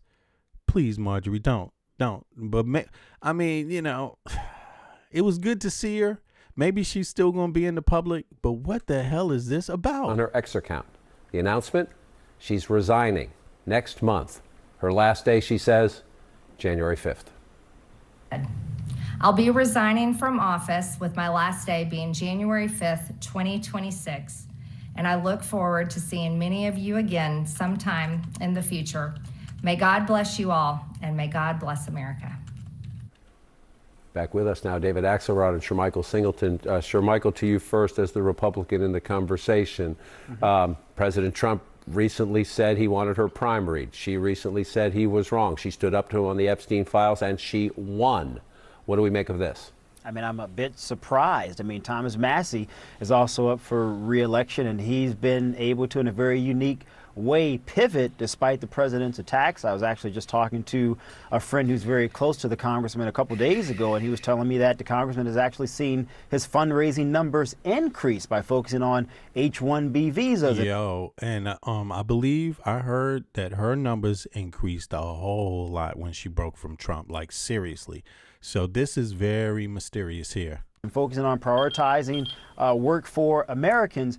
And so I would have argued if I were advising her, hey, you might be able to get through this brief moment in time, but perhaps she thought otherwise. Maybe she's looking at future plans, but this is a big shocker, John. Her people, David, have said she could survive, that she's been raising money and that she thinks she's safe in her district. To Shermichael's point, she did say, I'll see you again. What do we make of that? I think that was the key. That was the key takeaway to me. I think she would have won in her district. I don't think this is her assessment of her chances in this election. I think she surveyed, first of all, what it meant to come back to a House where the president was unhappy with her. She has a bad relationship with the Speaker of the House, probably in the minority. And she decided that there might be greener pastures. Remember, John, she wanted to run statewide this year. She wanted to run for the Senate, I believe, and that was turned thumbs down by the White House and the powers that be in the party. I think that may be part of what her estrangement has been about, not questioning her sincerity on this Epstein issue. But I think she's got her eye on bigger things here. As she said, I hope to see you down the line. And I think that is a precursor, because what we know is she is formidable. She's one of the most formidable fundraisers in the Republican Party. She knows how to get attention. And she has made this transformation here that is interesting, still a MAGA person, but much broader in her reach. So, I think this is not the end of the story here. Not the end of the story. The question is, what's the next chapter, Shermichael? What do y'all think? What do y'all think about this in the chat? Do you all think this is like? I mean, I don't see her. I don't know. I think maybe that was too fast to step down. People are saying she could win in her district. I don't know. I got to confess to you, I don't know much about her district or what part of the country she really comes from. Where is she from? Georgia or something like that? What is her district? Let me see here. What district is she in? Let me see here. Oh, okay. She is in Georgia, 14th district. Okay, yeah. So I'm a little thrown off by this. I don't think it's a good move for her. Myself, I don't understand it. But listen, anything's possible. Let me see. Here. Mondami went to Trump with his hat in his hands and said, "Please, Daddy Trump, will you fund my socialist disaster?" And Trump said, "Yeah, I will." That's weird. That's weird. Trump was against that before, but that's a possibility that he said, "Daddy." But to me, it looks like Trump was like doing something that implies something else is going on. Like he just needed a success. He needed a friend at that moment. And Mondami didn't insult him. And Mondami's pretty conservative and pretty calm and, pretty calculating.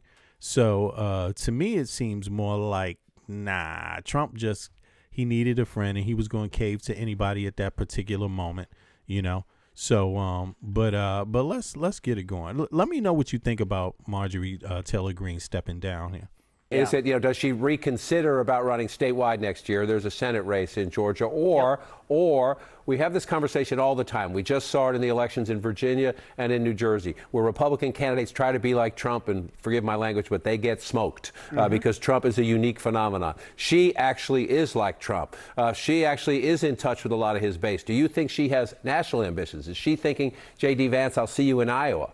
I mean, I can't imagine that, John. I don't think she would be very successful, if I'm being blunt and candid, as a Republican strategist. I do, however, beg the question, can she actually even be successful in a statewide race in Georgia? Remember, Georgia elected Kemp twice. He certainly isn't someone that I would say is in the vein of a Donald Trump, and has actually had various infighting in the state. That's precisely. Forgive me for interrupting. Forgive me for interrupting. That's precisely the reason I say, and I know you say, I can't see her going up against J.D. Vance. But David Axelrod's in this conversation. Nobody could see Barack Obama beating Hillary Clinton. Donald Trump is president of the United States for a second time. Nobody could see him winning the Republican nomination or the White House the first time. And a lot of people said he could never win the White House again after January 6th. That is why I say we live in the age of improbable success stories. Yeah, but John, I don't think she's a Barack Obama or even a Donald Trump. And if she's thinking about a statewide race, and I would imagine David would. You know what? Who said this? Lance said, let me see something. Lance said, the harsh reality is that our country has been so poorly mismanaged that we are in the brink of going the way of the USSR. As a Texan, that may be a good thing, but if hate to see this country destroyed, but I hate, maybe that's a mistypo. Listen, man, you got a socialized military. Every taxpayer contributes to the military budget. The military operates by taxpayers, people that pay federal taxes. That's how it operates. If it's good for the military, then why wouldn't it be good for healthcare? If it's good for the military, then why wouldn't it be for education? I think Americans don't get told a lot about what's going on outside of the country. So when they hear the word socialism or communism, they apply it to countries it doesn't even apply to. Socialism is North Korea. Okay? Everybody gets the same salary no matter what the fuck you do. North Vietnam. Everybody gets this, I believe, everybody gets the same salary no matter what the fuck you do. It's only a couple of countries that have that type of government anymore, period. The countries that you're calling socialist, like Denmark, they're not socialist countries. There's no country in the EU that's a socialist country. Having healthcare and education sponsored by the taxpayers is not what socialism is. Get it through your head.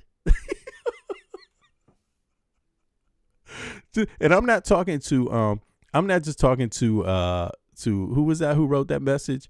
Lance. I'm not just talking to you, Lance. I'm saying everybody, like, get it through your head. That's not what socialism is.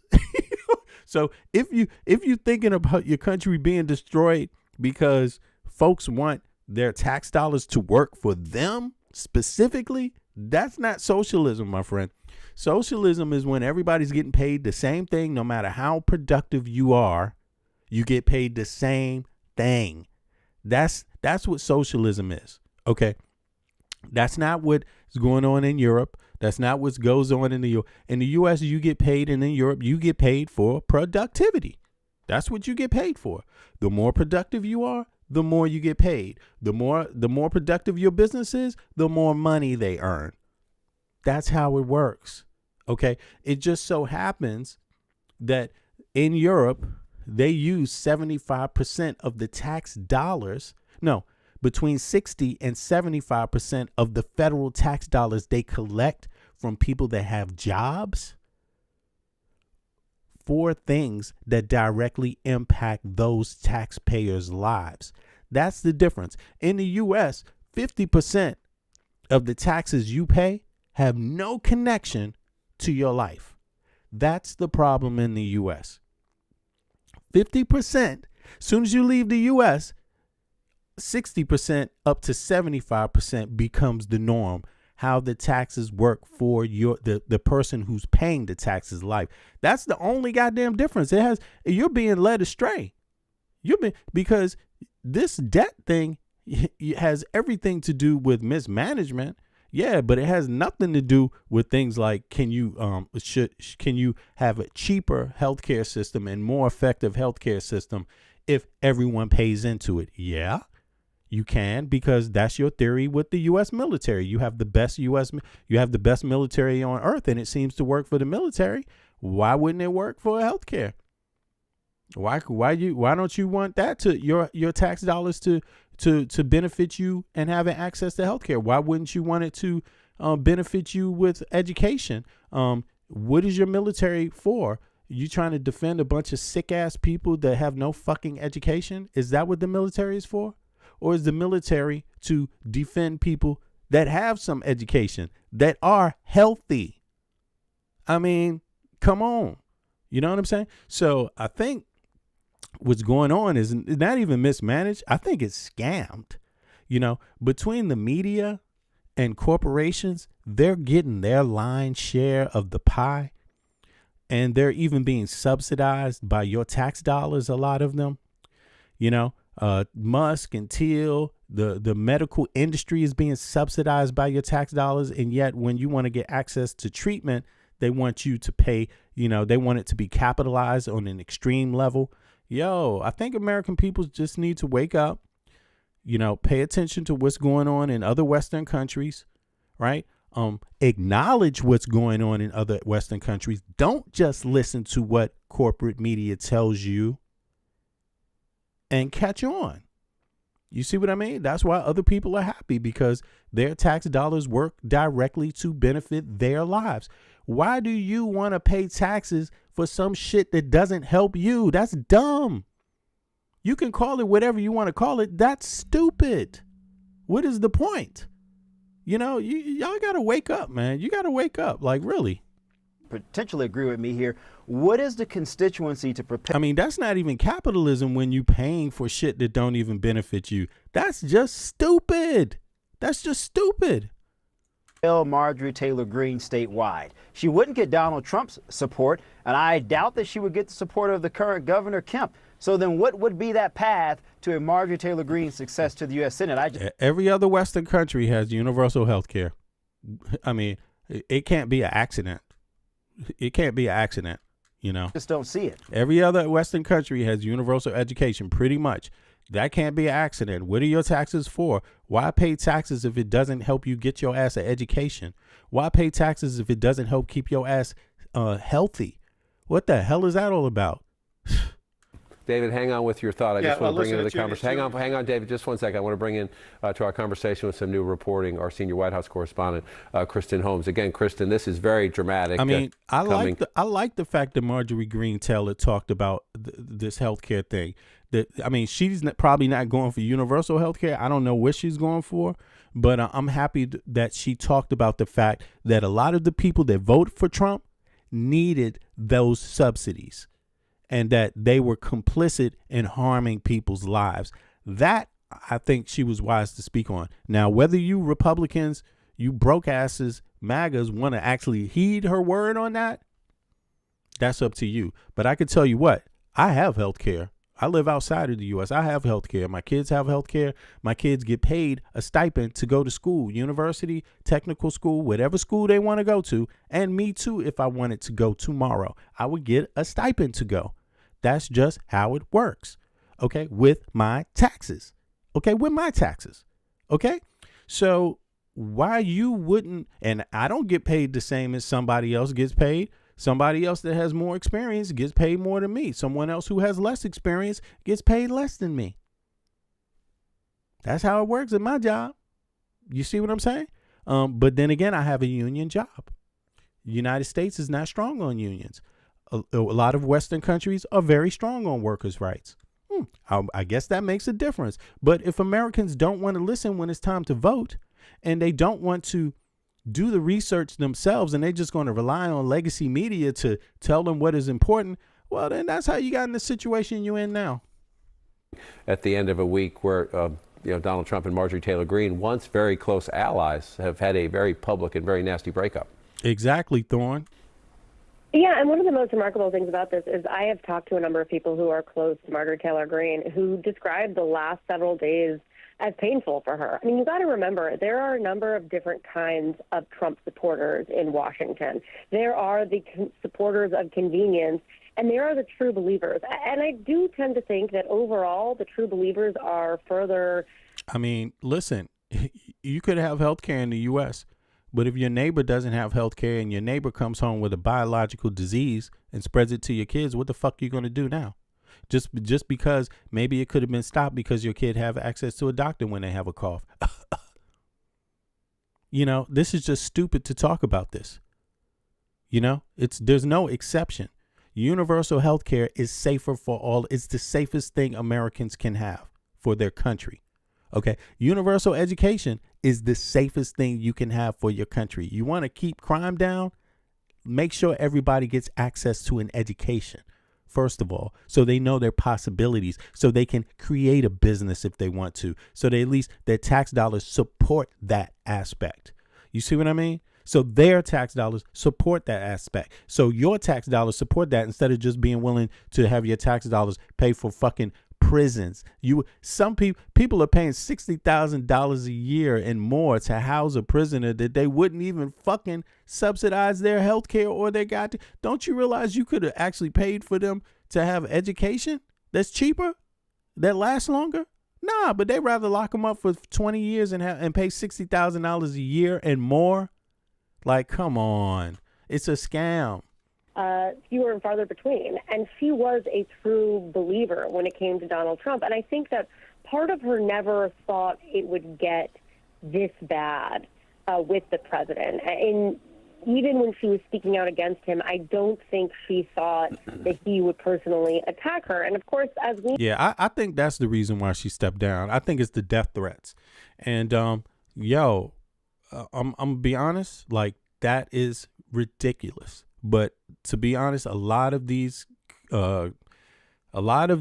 Congress members, a lot of these senators, judges, they get death threats constantly.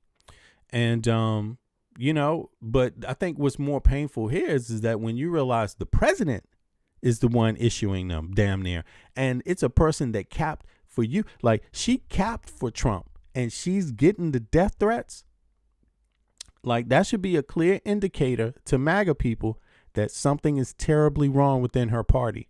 Like, you don't have the freedom of dissent. You don't have the right to say you disagree about one thing, and you're in the richest country on earth, the most powerful country to ever exist. But look at how the power is being used to oppress your ass. I mean, that's just pathetic. I would never threaten Marjorie Greene Taylor because I would feel like that would make me the fool. You know what I'm saying? Because I feel like mind over matter is the issue here. I feel like music calms the savage beast. You see what I'm saying? I feel like information solves problems faster than anything else, and more conclusively. So I'm not afraid to debate. You see what I mean? And stop somebody through debate and conversation. Even a monster, even a person that thinks they big and bad. You see what I'm saying? Like, because I already know how monsters think. See, if they see you, if they smell you, because they're animals, once they smell you ain't afraid, they tend to calm down from that point on anyway. You see what I mean? Once they know you already prepared for what their little measly mind can come up with and concoct, they usually capitulate anyway. But when you speak directly to who they are and look them in the damn eyes while you're doing it, there it is. And you have the facts. There it is, you know. But again, Marjorie Greene Taylor, she's getting it from somebody she capped for. So she has really no defense. She got no defense. You know, the person that was defending her abandoned her and issued the death threats towards her now. And she's left with what she's left with, having to work with Democrats who she called out, called traitors the whole time, called communists, socialists, called woke, called N-words, called all this other stuff. You see what I mean? Like, that's who she's left to go to defend. So she put herself in a corner. You know what I mean? And yeah. You know, with President Trump, almost always loyalty is a one-way street. And she learned this the very hard way as a true believer who then essentially got excoriated by him online. And I will tell you, you know, I was talking to people who were close to her who were telling me that she was getting threats nonstop. I know she posted about this. And then you had President Trump, even with that, saying that she was playing herself or portraying herself as a victim. It seems to me, and look, what her next role is, I think that's obviously a huge question, but I do have to agree with Shermichael that there's not a clear path here. I think that her... Hey, big girl, 72, what's up? ...path as kind of the Donald Trump, woman version of Donald Trump, has obviously run its course. And so what she decides to do next, we'll obviously have to wait and see. But I do think it's pretty remarkable that he has now... You know, most of the people that we've seen stand up to him and then decide that they're going to resign or retire are people. This is really crazy because he got death threats all for her. Mondami, he got it. I mean, that must kill. See, this is the beauty of crazy ass Trump. He has destroyed every person that ever has capped for him. And it's getting close. I'm very sure that meeting with Mondami set signals off in his entire cabinet to everyone that's ever capped for him before. Like, this dude could flip on us. From one day to the next, Trump could flip on them like that. There is no connection left. It could just be from one day to the next. Now the person that he hated is the person that he's capping for and working with. It's crazy, and she is feeling it. I'm telling you, she's feeling it. She fell for it. She capped for a dude that flipped on her broad daylight, and she capped for him like this was her daddy. Like, she owed him this. Like, damn. Like, and now I don't feel sorry for her. But as far as death threats, that is not cool. I do feel sorry for that. If that's what it is, my thoughts would be don't bow down. Don't bow down, Marjorie Greene Taylor. If it's death threats that's getting you to do this, don't bow down. Fuck that. But because guess what? That just comes with the territory. You got to know that when you're in activism and you're in politics, you're going to get death threats. Like, straight up. If you're doing anything good, that's what's going to happen. So folks know that already. But if you've been paying attention, I have been. I know a lot of activists that got death threats. You know what I'm saying? Like politicians that get death threats. Come on now. You know, it is what it is. Goddamn. But if that's her reason, my advice would be don't step down. Don't ever capitulate. Fuck that. Especially with a death threat. This is about your life. Stand on what you believe in. Fuck that. Stand on what you believe in. If you believe in something, right? But I think this is more for me when I look at the timing. I think just look at this. I mean, what came first? Was it Mondami meeting? Was it the Mondami meeting that came first, or was it her stepping down that came first? Let me look that up. I think this Mondami meeting, did the Mondani meeting with Trump happen before Taylor resigned? Let's see here. I just want to see here. I think that's how it played out, right? Let me see what it says here, the date and the time. Okay, it happened after. So there you go. So it's not that. Okay. I'm glad I actually bothered to look that up. Nah, it happened after, y'all. So it didn't happen before. Okay, so it's not that. It's not that. But in any case, it's something. I don't see her.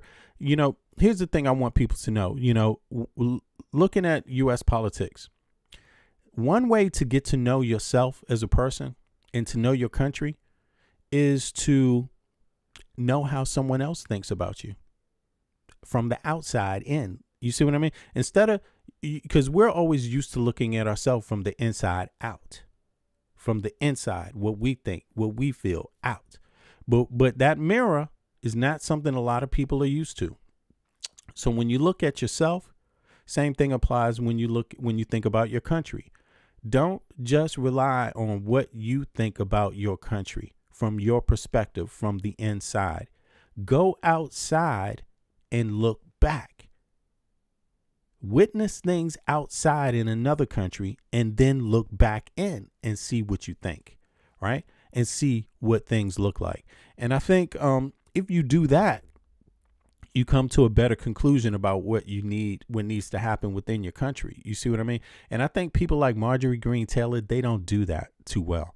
You know, and I think when you do this thing outside, look outside and in and do a comparative study, you start to realize that there are some similarities. There's some differences, like the healthcare system totally different, education system totally different, tax system different, right? Not totally, but it's different because, you know, more of the tax money is going directly to the individuals paying it than in the U.S. That's different, but it's still a tax system, right? But this thing about the politics, like what European nations have learned about right-wing politics is that this Trumpian style right-wing politics, this MAGA style right-wing politics brought foreign intervention. It brought in treason into the Ukraine. It walked Putin into the United States of America. It walked Putin into the White House. So it actually has been used by a foreign entity.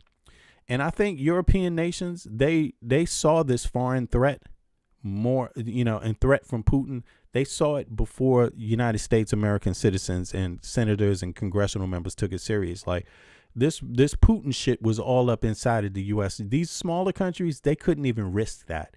You see what I mean? So their assessment was faster.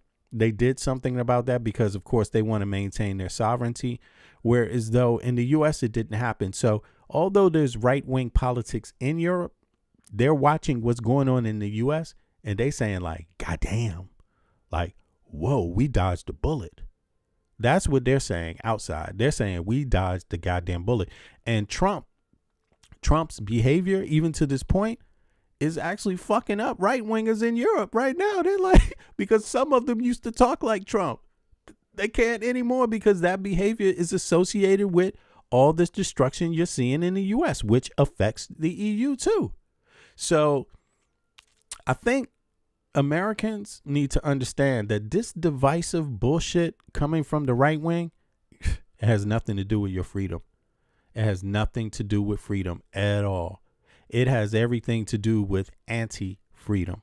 And it's not about race. It's not about gender. It's not about your color. It's not about any of those things, sexual orientation. It's about freedom, you know, other freedoms, like freedoms that supersede all that, like everybody's freedom. The freedom to be sovereign is at risk and at stake right now with that right-wing lunatics who walked in, people like Elon Musk, Putin, and those billionaires to own and buy up the country. Elon Musk got 3 citizenships. Peter Thiel got 3 citizenships. What do you MAGA voters have? You know, what do you MAGA voters really have? You know, this is their brand of nationalism. You see what I'm saying? And it's really disgusting. It's destructive, and it's destructive to the West. You know, so I think a lot of European nations, they're calibrating now, and they realize that no, this divisive stuff, is not the way forward in their politics. They need to have a politic that brings everybody together and benefits everybody, benefits the larger society, but also protects the country from these outside influences. Because as you can see, Elon Musk, Peter Thiel, and all of them, they're threats to other countries. I mean, if they could try to own the United States of America and American citizens go along with it, shit, who else you think they're going to try to own? Everybody else is easier. Everybody else is smaller. So, yeah, let's hear a little bit more from this, from Marjorie. Oops. Who are all already kind of in the middle. People who we were surprised to see them supporting Donald Trump in full anyway. That is just not the case with Marjorie Taylor Greene. And so this is one of the first cases of somebody who was full on supported the president, and then he turned on her, and now she's leaving office. Do me a favor. It's like almost 300 people in here. Click the like button for me. Thank you. And so, Kristen Holmes, thank you so much. David Axelrod, I want to bring you back into the conversation to follow up on those excellent points Kristen just made. Number one, she's someone who sparred with Trump who is stepping aside. But number two, she's somebody who I know a lot of people out there watching this conversation disagree vehemently with her politics. However, she has a skill set. She is a communicator. She is a fundraiser. We don't know what she's going to do. Yeah. Okay. Marjorie, that's it, Marjorie. No more. No more. She's done. She had her time. And if she makes it, great. I'm happy that she told a little truth when she finally recognized something. Kudos to her. Marjorie Greene, thank you for that last little, last minute matrix break you made, you know what I'm saying, from the MAGA matrix. That's great. I don't wish poor white Americans harm. I wish that they have the same benefits that every other type of American have: a stable home, access to education, access to health care, a decent salary when you go to work, just normal shit. Not a big deal, just normal shit. No, I'm from the left. I don't want billionaires owning the country. I think that's pathetic. I don't want classism. I think that's bullshit. You see what I mean? Like, come on. And the U.S. right now has more of that than ever before. It's just pathetic. It's just pathetic. But I hope that these people that voted for Trump hear my message. Like, ain't nobody from where I come from thinking about your lifestyle. Nobody want to stop you from riding a horse. Nobody want to stop you from having a gun where you want to have a gun. Fuck that. It's better we work on things that we like. Fuck working on things that we don't like. You know what I'm saying? Somewhere else. You see what I'm saying? Like, and I think a lot of this MAGA politic is working on things that they don't like somewhere else in the country that other people have. It's like, come on, man. How can you hate with someone else's lifestyle when you don't even have access to clean water? You can't even afford electricity. You can't even afford an education. You can't even afford health care. Why are your priorities what someone else's lifestyle is? What the fuck is wrong with you? Wake the goddamn up. Wake up. What the fuck? I would not put your lifestyle ahead of my fucking priorities. If you want to go fuck your cousin and have babies, excuse my language, if you want to be a Mormon, if you want to be a redneck, if you want to be a racist, do that in your own corner of the country. But god damn it, don't try to stop us from having fucking healthcare and education and a decent wage. What the fuck? Like, that's how these people think. And they you want to be what's the guy's name in the goddamn Waco massacre? You want to be David Koresh? Fine. You want to be David Koresh? Fine. Okay, leave me the fuck out of it. You know what I'm saying? But don't vote against goddamn healthcare, education, a fair wage. Damn, what's wrong with you, man? These people are crazy. I'm sorry. I never gave a damn. I don't care what you do out there in Appalachia. What the fuck, man? But these folks, man, they can't keep their mind off of your lifestyle. You being woke. Woke is the problem. Woke, woke, woke. We don't want no woke in America. Well, guess what you got now? You ain't got no health care now. Think about that. sex trafficker. So we turn to how Epstein tonight, who had used money and politically connected lawyers to duck the worst charge. By the way, if you do that to your cousin, you're going to go to jail. I'm just saying that you might, that's not advisable. I'm just saying, you know, I hope you get my point. Like some of these people, goddamn, let the Texas people deal with David Koresh. All right. I don't need to deal with his ass in DC. I'm from somewhere else, you know, charges in his original sex crime case, how he continued that playbook.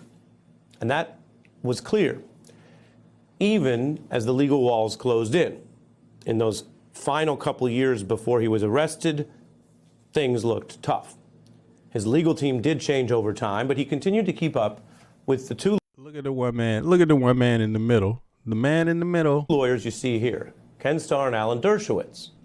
And they brought more than courtroom experience. They had links to the very top of the government and business elites who run large parts of this country. The new emails shed more light on how Epstein and Starr seemed very close. Epstein was blackmailing. It sounds like that was his thing, blackmail. Met regularly. Starr was at times a professional where Epstein had been his client, a paid lawyer, but he also was noticeably warm. We see in these emails he signed them hugs and love.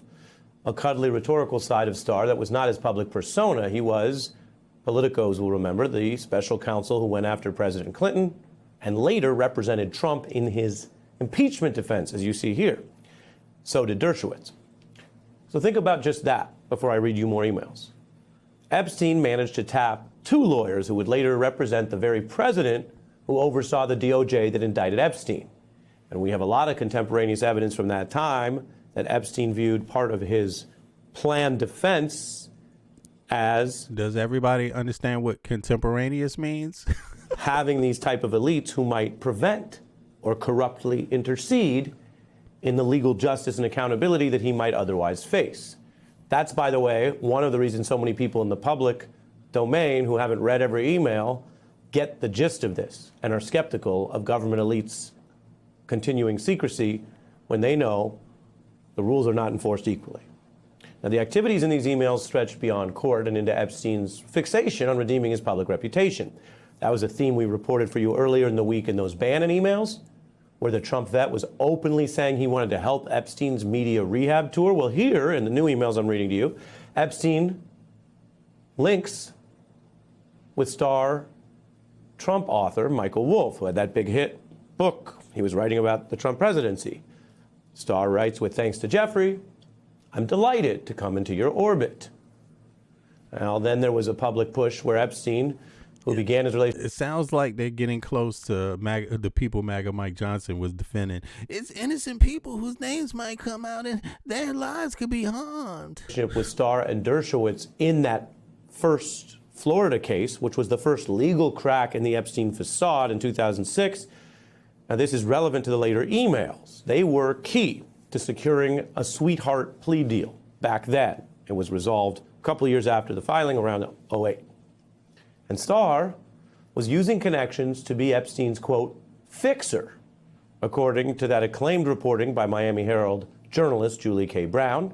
Remember, it was her expose with her team that actually sparked the new... flower shrooms, exactly. None of this should be normalized. This is just, can't we just impeach this dude already? Like, come on, like, this is the problem I'm having. Like, sure, it's the media is there covering it. I'm happy for that, right?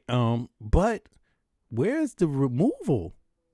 Get it. I mean, there's enough out there already to know that, no, man, this regime, this administration has to be put down. They got to be, you have to impeach them. You got to get rid of them. Nothing is going to work. And every day they're asking people to keep paying taxes for this lunacy. At this point, there can be no confusion. This administration is nothing but lunacy.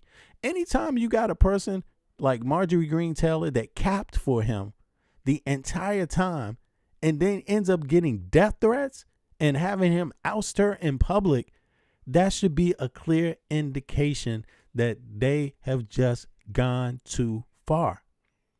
You know, when they're bombing little ships, little boats, they're not even ships, little fishing boats, talking about that's how you're going to stop cocaine distribution of all things. Like, nobody ever thought of that before, huh? This is bullshit. It's bullshit. And this administration can do no good. I mean, in strange moments that are unexplainable, like this Mondami moment that happened, yeah, those might happen in every blue moon. But every day after that, he's going to do something crazy to just screw up everything else. You know, you can't get back to zero with this guy. You can't get back. Yeah, this chat is hilarious, Eric Klein. You know what I'm saying? I'm telling people there, you know, be conscious. Don't argue too much with trolls, y'all. So those of you that are real people, keep in mind there's some trolls, you know, and that's what these PACs do. So don't get too invested. But listen, you know, I just don't get it. You know, I'm having some frustration myself. I don't see why this would be normal for any country. I don't see what would be I don't believe any other country could survive what's going on in the US. Like, to be honest, you know, I don't know if that's a good or bad thing, like, but it doesn't look good for the US right now. And it seems like there's a constitutional crisis, as they said. Yeah, of course that is. But when are these people going to do something about it? When are these elected officials going to do something about it? And I'm not talking about I'm not saying Dems, because obviously, you know, the Republicans have their president, and they're not going to be too fast to impeach a Republican lunatic, regardless of what he is. But do you want to save the goddamn country, you Republicans? Like, you ain't going to have no country left. You're not. Your pockets are going to be worse. Your constituency's pockets are going to be worse off than they were when Biden was in office. Why are you not impeaching this man? You can find another Republican, but you can't find another Republican as long as this one is serving. As long as this administration is serving as the Republicans, you can't have another. They don't even want you. This administration doesn't want anyone that is anti-Trump if they're Republican, period. That's how they're rolling. You see what I mean? And they are out to buy up everything in the country. They walked in Elon Musk and Peter Thiel into the Treasury. You're subsidizing their dollars, right? You're subsidizing Elon Musk's business right now with your tax dollars. You're subsidizing Peter Thiel's business right now with your tax dollars. And they don't even want you to have affordable health care? Like, y'all. Anyway, yeah, I thank you guys for joining me. I came in a little late today. I'm sorry about that. I know I had the time actually scheduled incorrectly. But listen, y'all, Americans, please, no matter where you're from, no matter what party you're with, all that, I don't give a damn about that. Yo, come on, man. This is beyond party. This is beyond your party affiliation. You know, this guy is fucking up the country. This guy is fucking up your pockets. This guy is fucking up your livelihood. This guy is fucking up your parents' home, your property, the cost of everything around you. This guy is fucking up your life. At some point, there has to be an end point. You see what I mean? But I'll be back. I'm gonna do the schedule. I hope everybody has a good weekend. Have a good Saturday start to your weekend. You deserve it, by the way. You deserve a good weekend. These ain't easy times. For those of you in the EU, what's up? Enjoy your weekend too. Thanks for chiming in today. I appreciate that a lot. You know, most of my listeners are in the US, given the fact that I'm an American myself. Although I live in the EU, I do have some EU followers. So I appreciate y'all a lot. And we have a lot to say to our American counterparts so that they understand, like, yo, man, you're being lied to by your own media about what's going on in the EU. Like, you need to know. American citizens need to know that. You see what I mean? And demand more from their legacy media, but demand more from their congressional members. Demand more from your taxes. Demand more for your blood, sweat, and tears. Because right now, you ain't getting a fair shake, yo. You're not getting a fair shake. So I'll be back with y'all. Peace. Have a good start to your weekend, y'all. Appreciate it. One.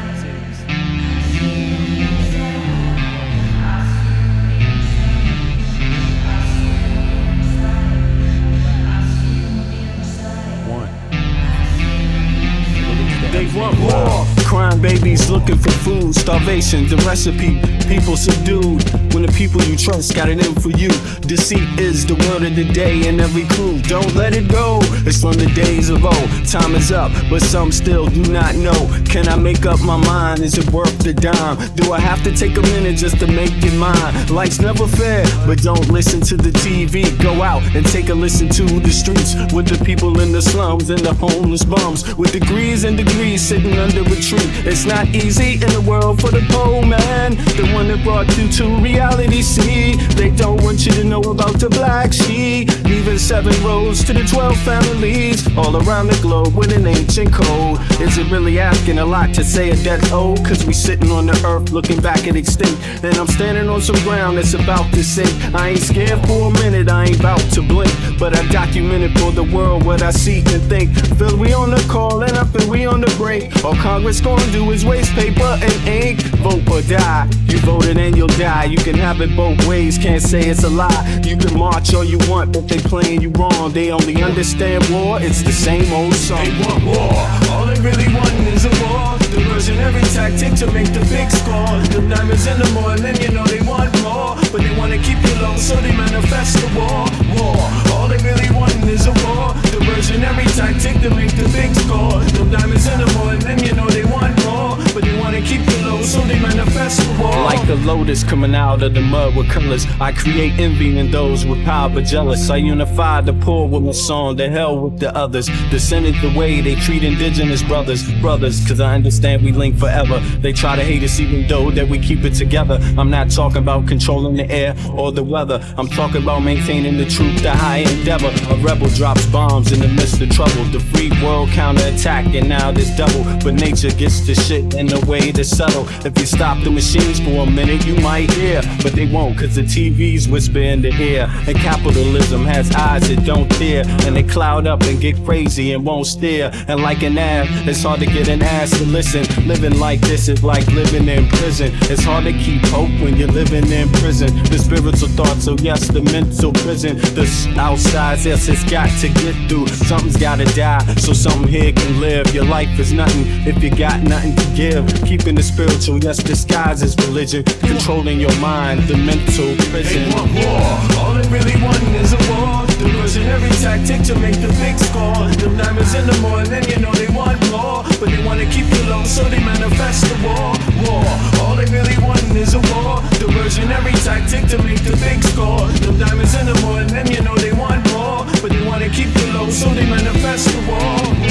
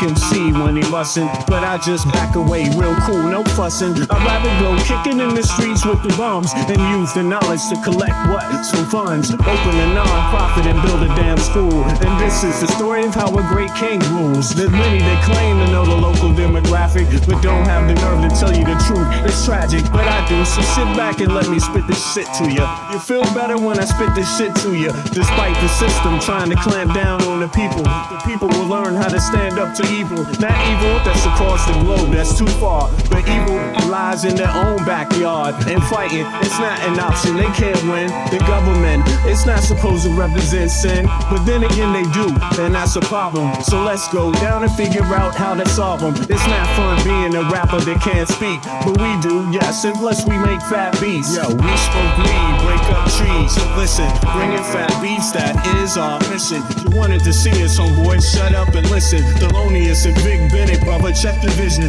Mentalities of different realities. Enter the Star Trek room when you hear the boom. I be the Walkman with the super bass. Automatic stop, yes, stereo cassette player with the